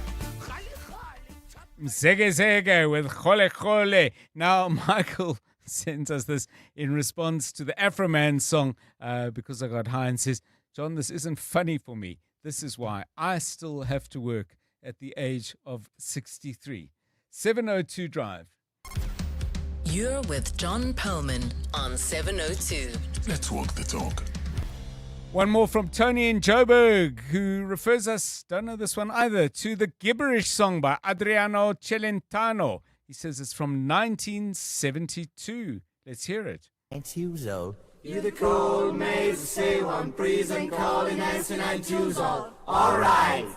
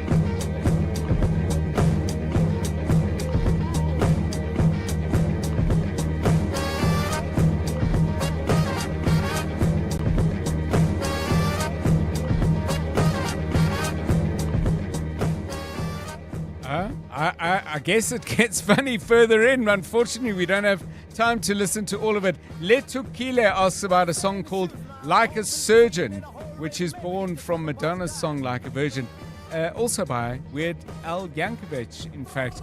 This is 702 Drive. Hope you've enjoyed being with us. We've loved having you. I'm John Perlman. Good night. We're the same shoes now, and whole building scene in a whole red maybe get the color boss time. And now, The Money Show. With Stephen Grootes, live on 92.7 and 106 FM. Streaming on the Prime Media Plus app. And DSTV channel 856. The Money Show with Stephen Grootes is brought to you by Absa Business Banking, featuring the Agri Trends 2026 Autumn Edition.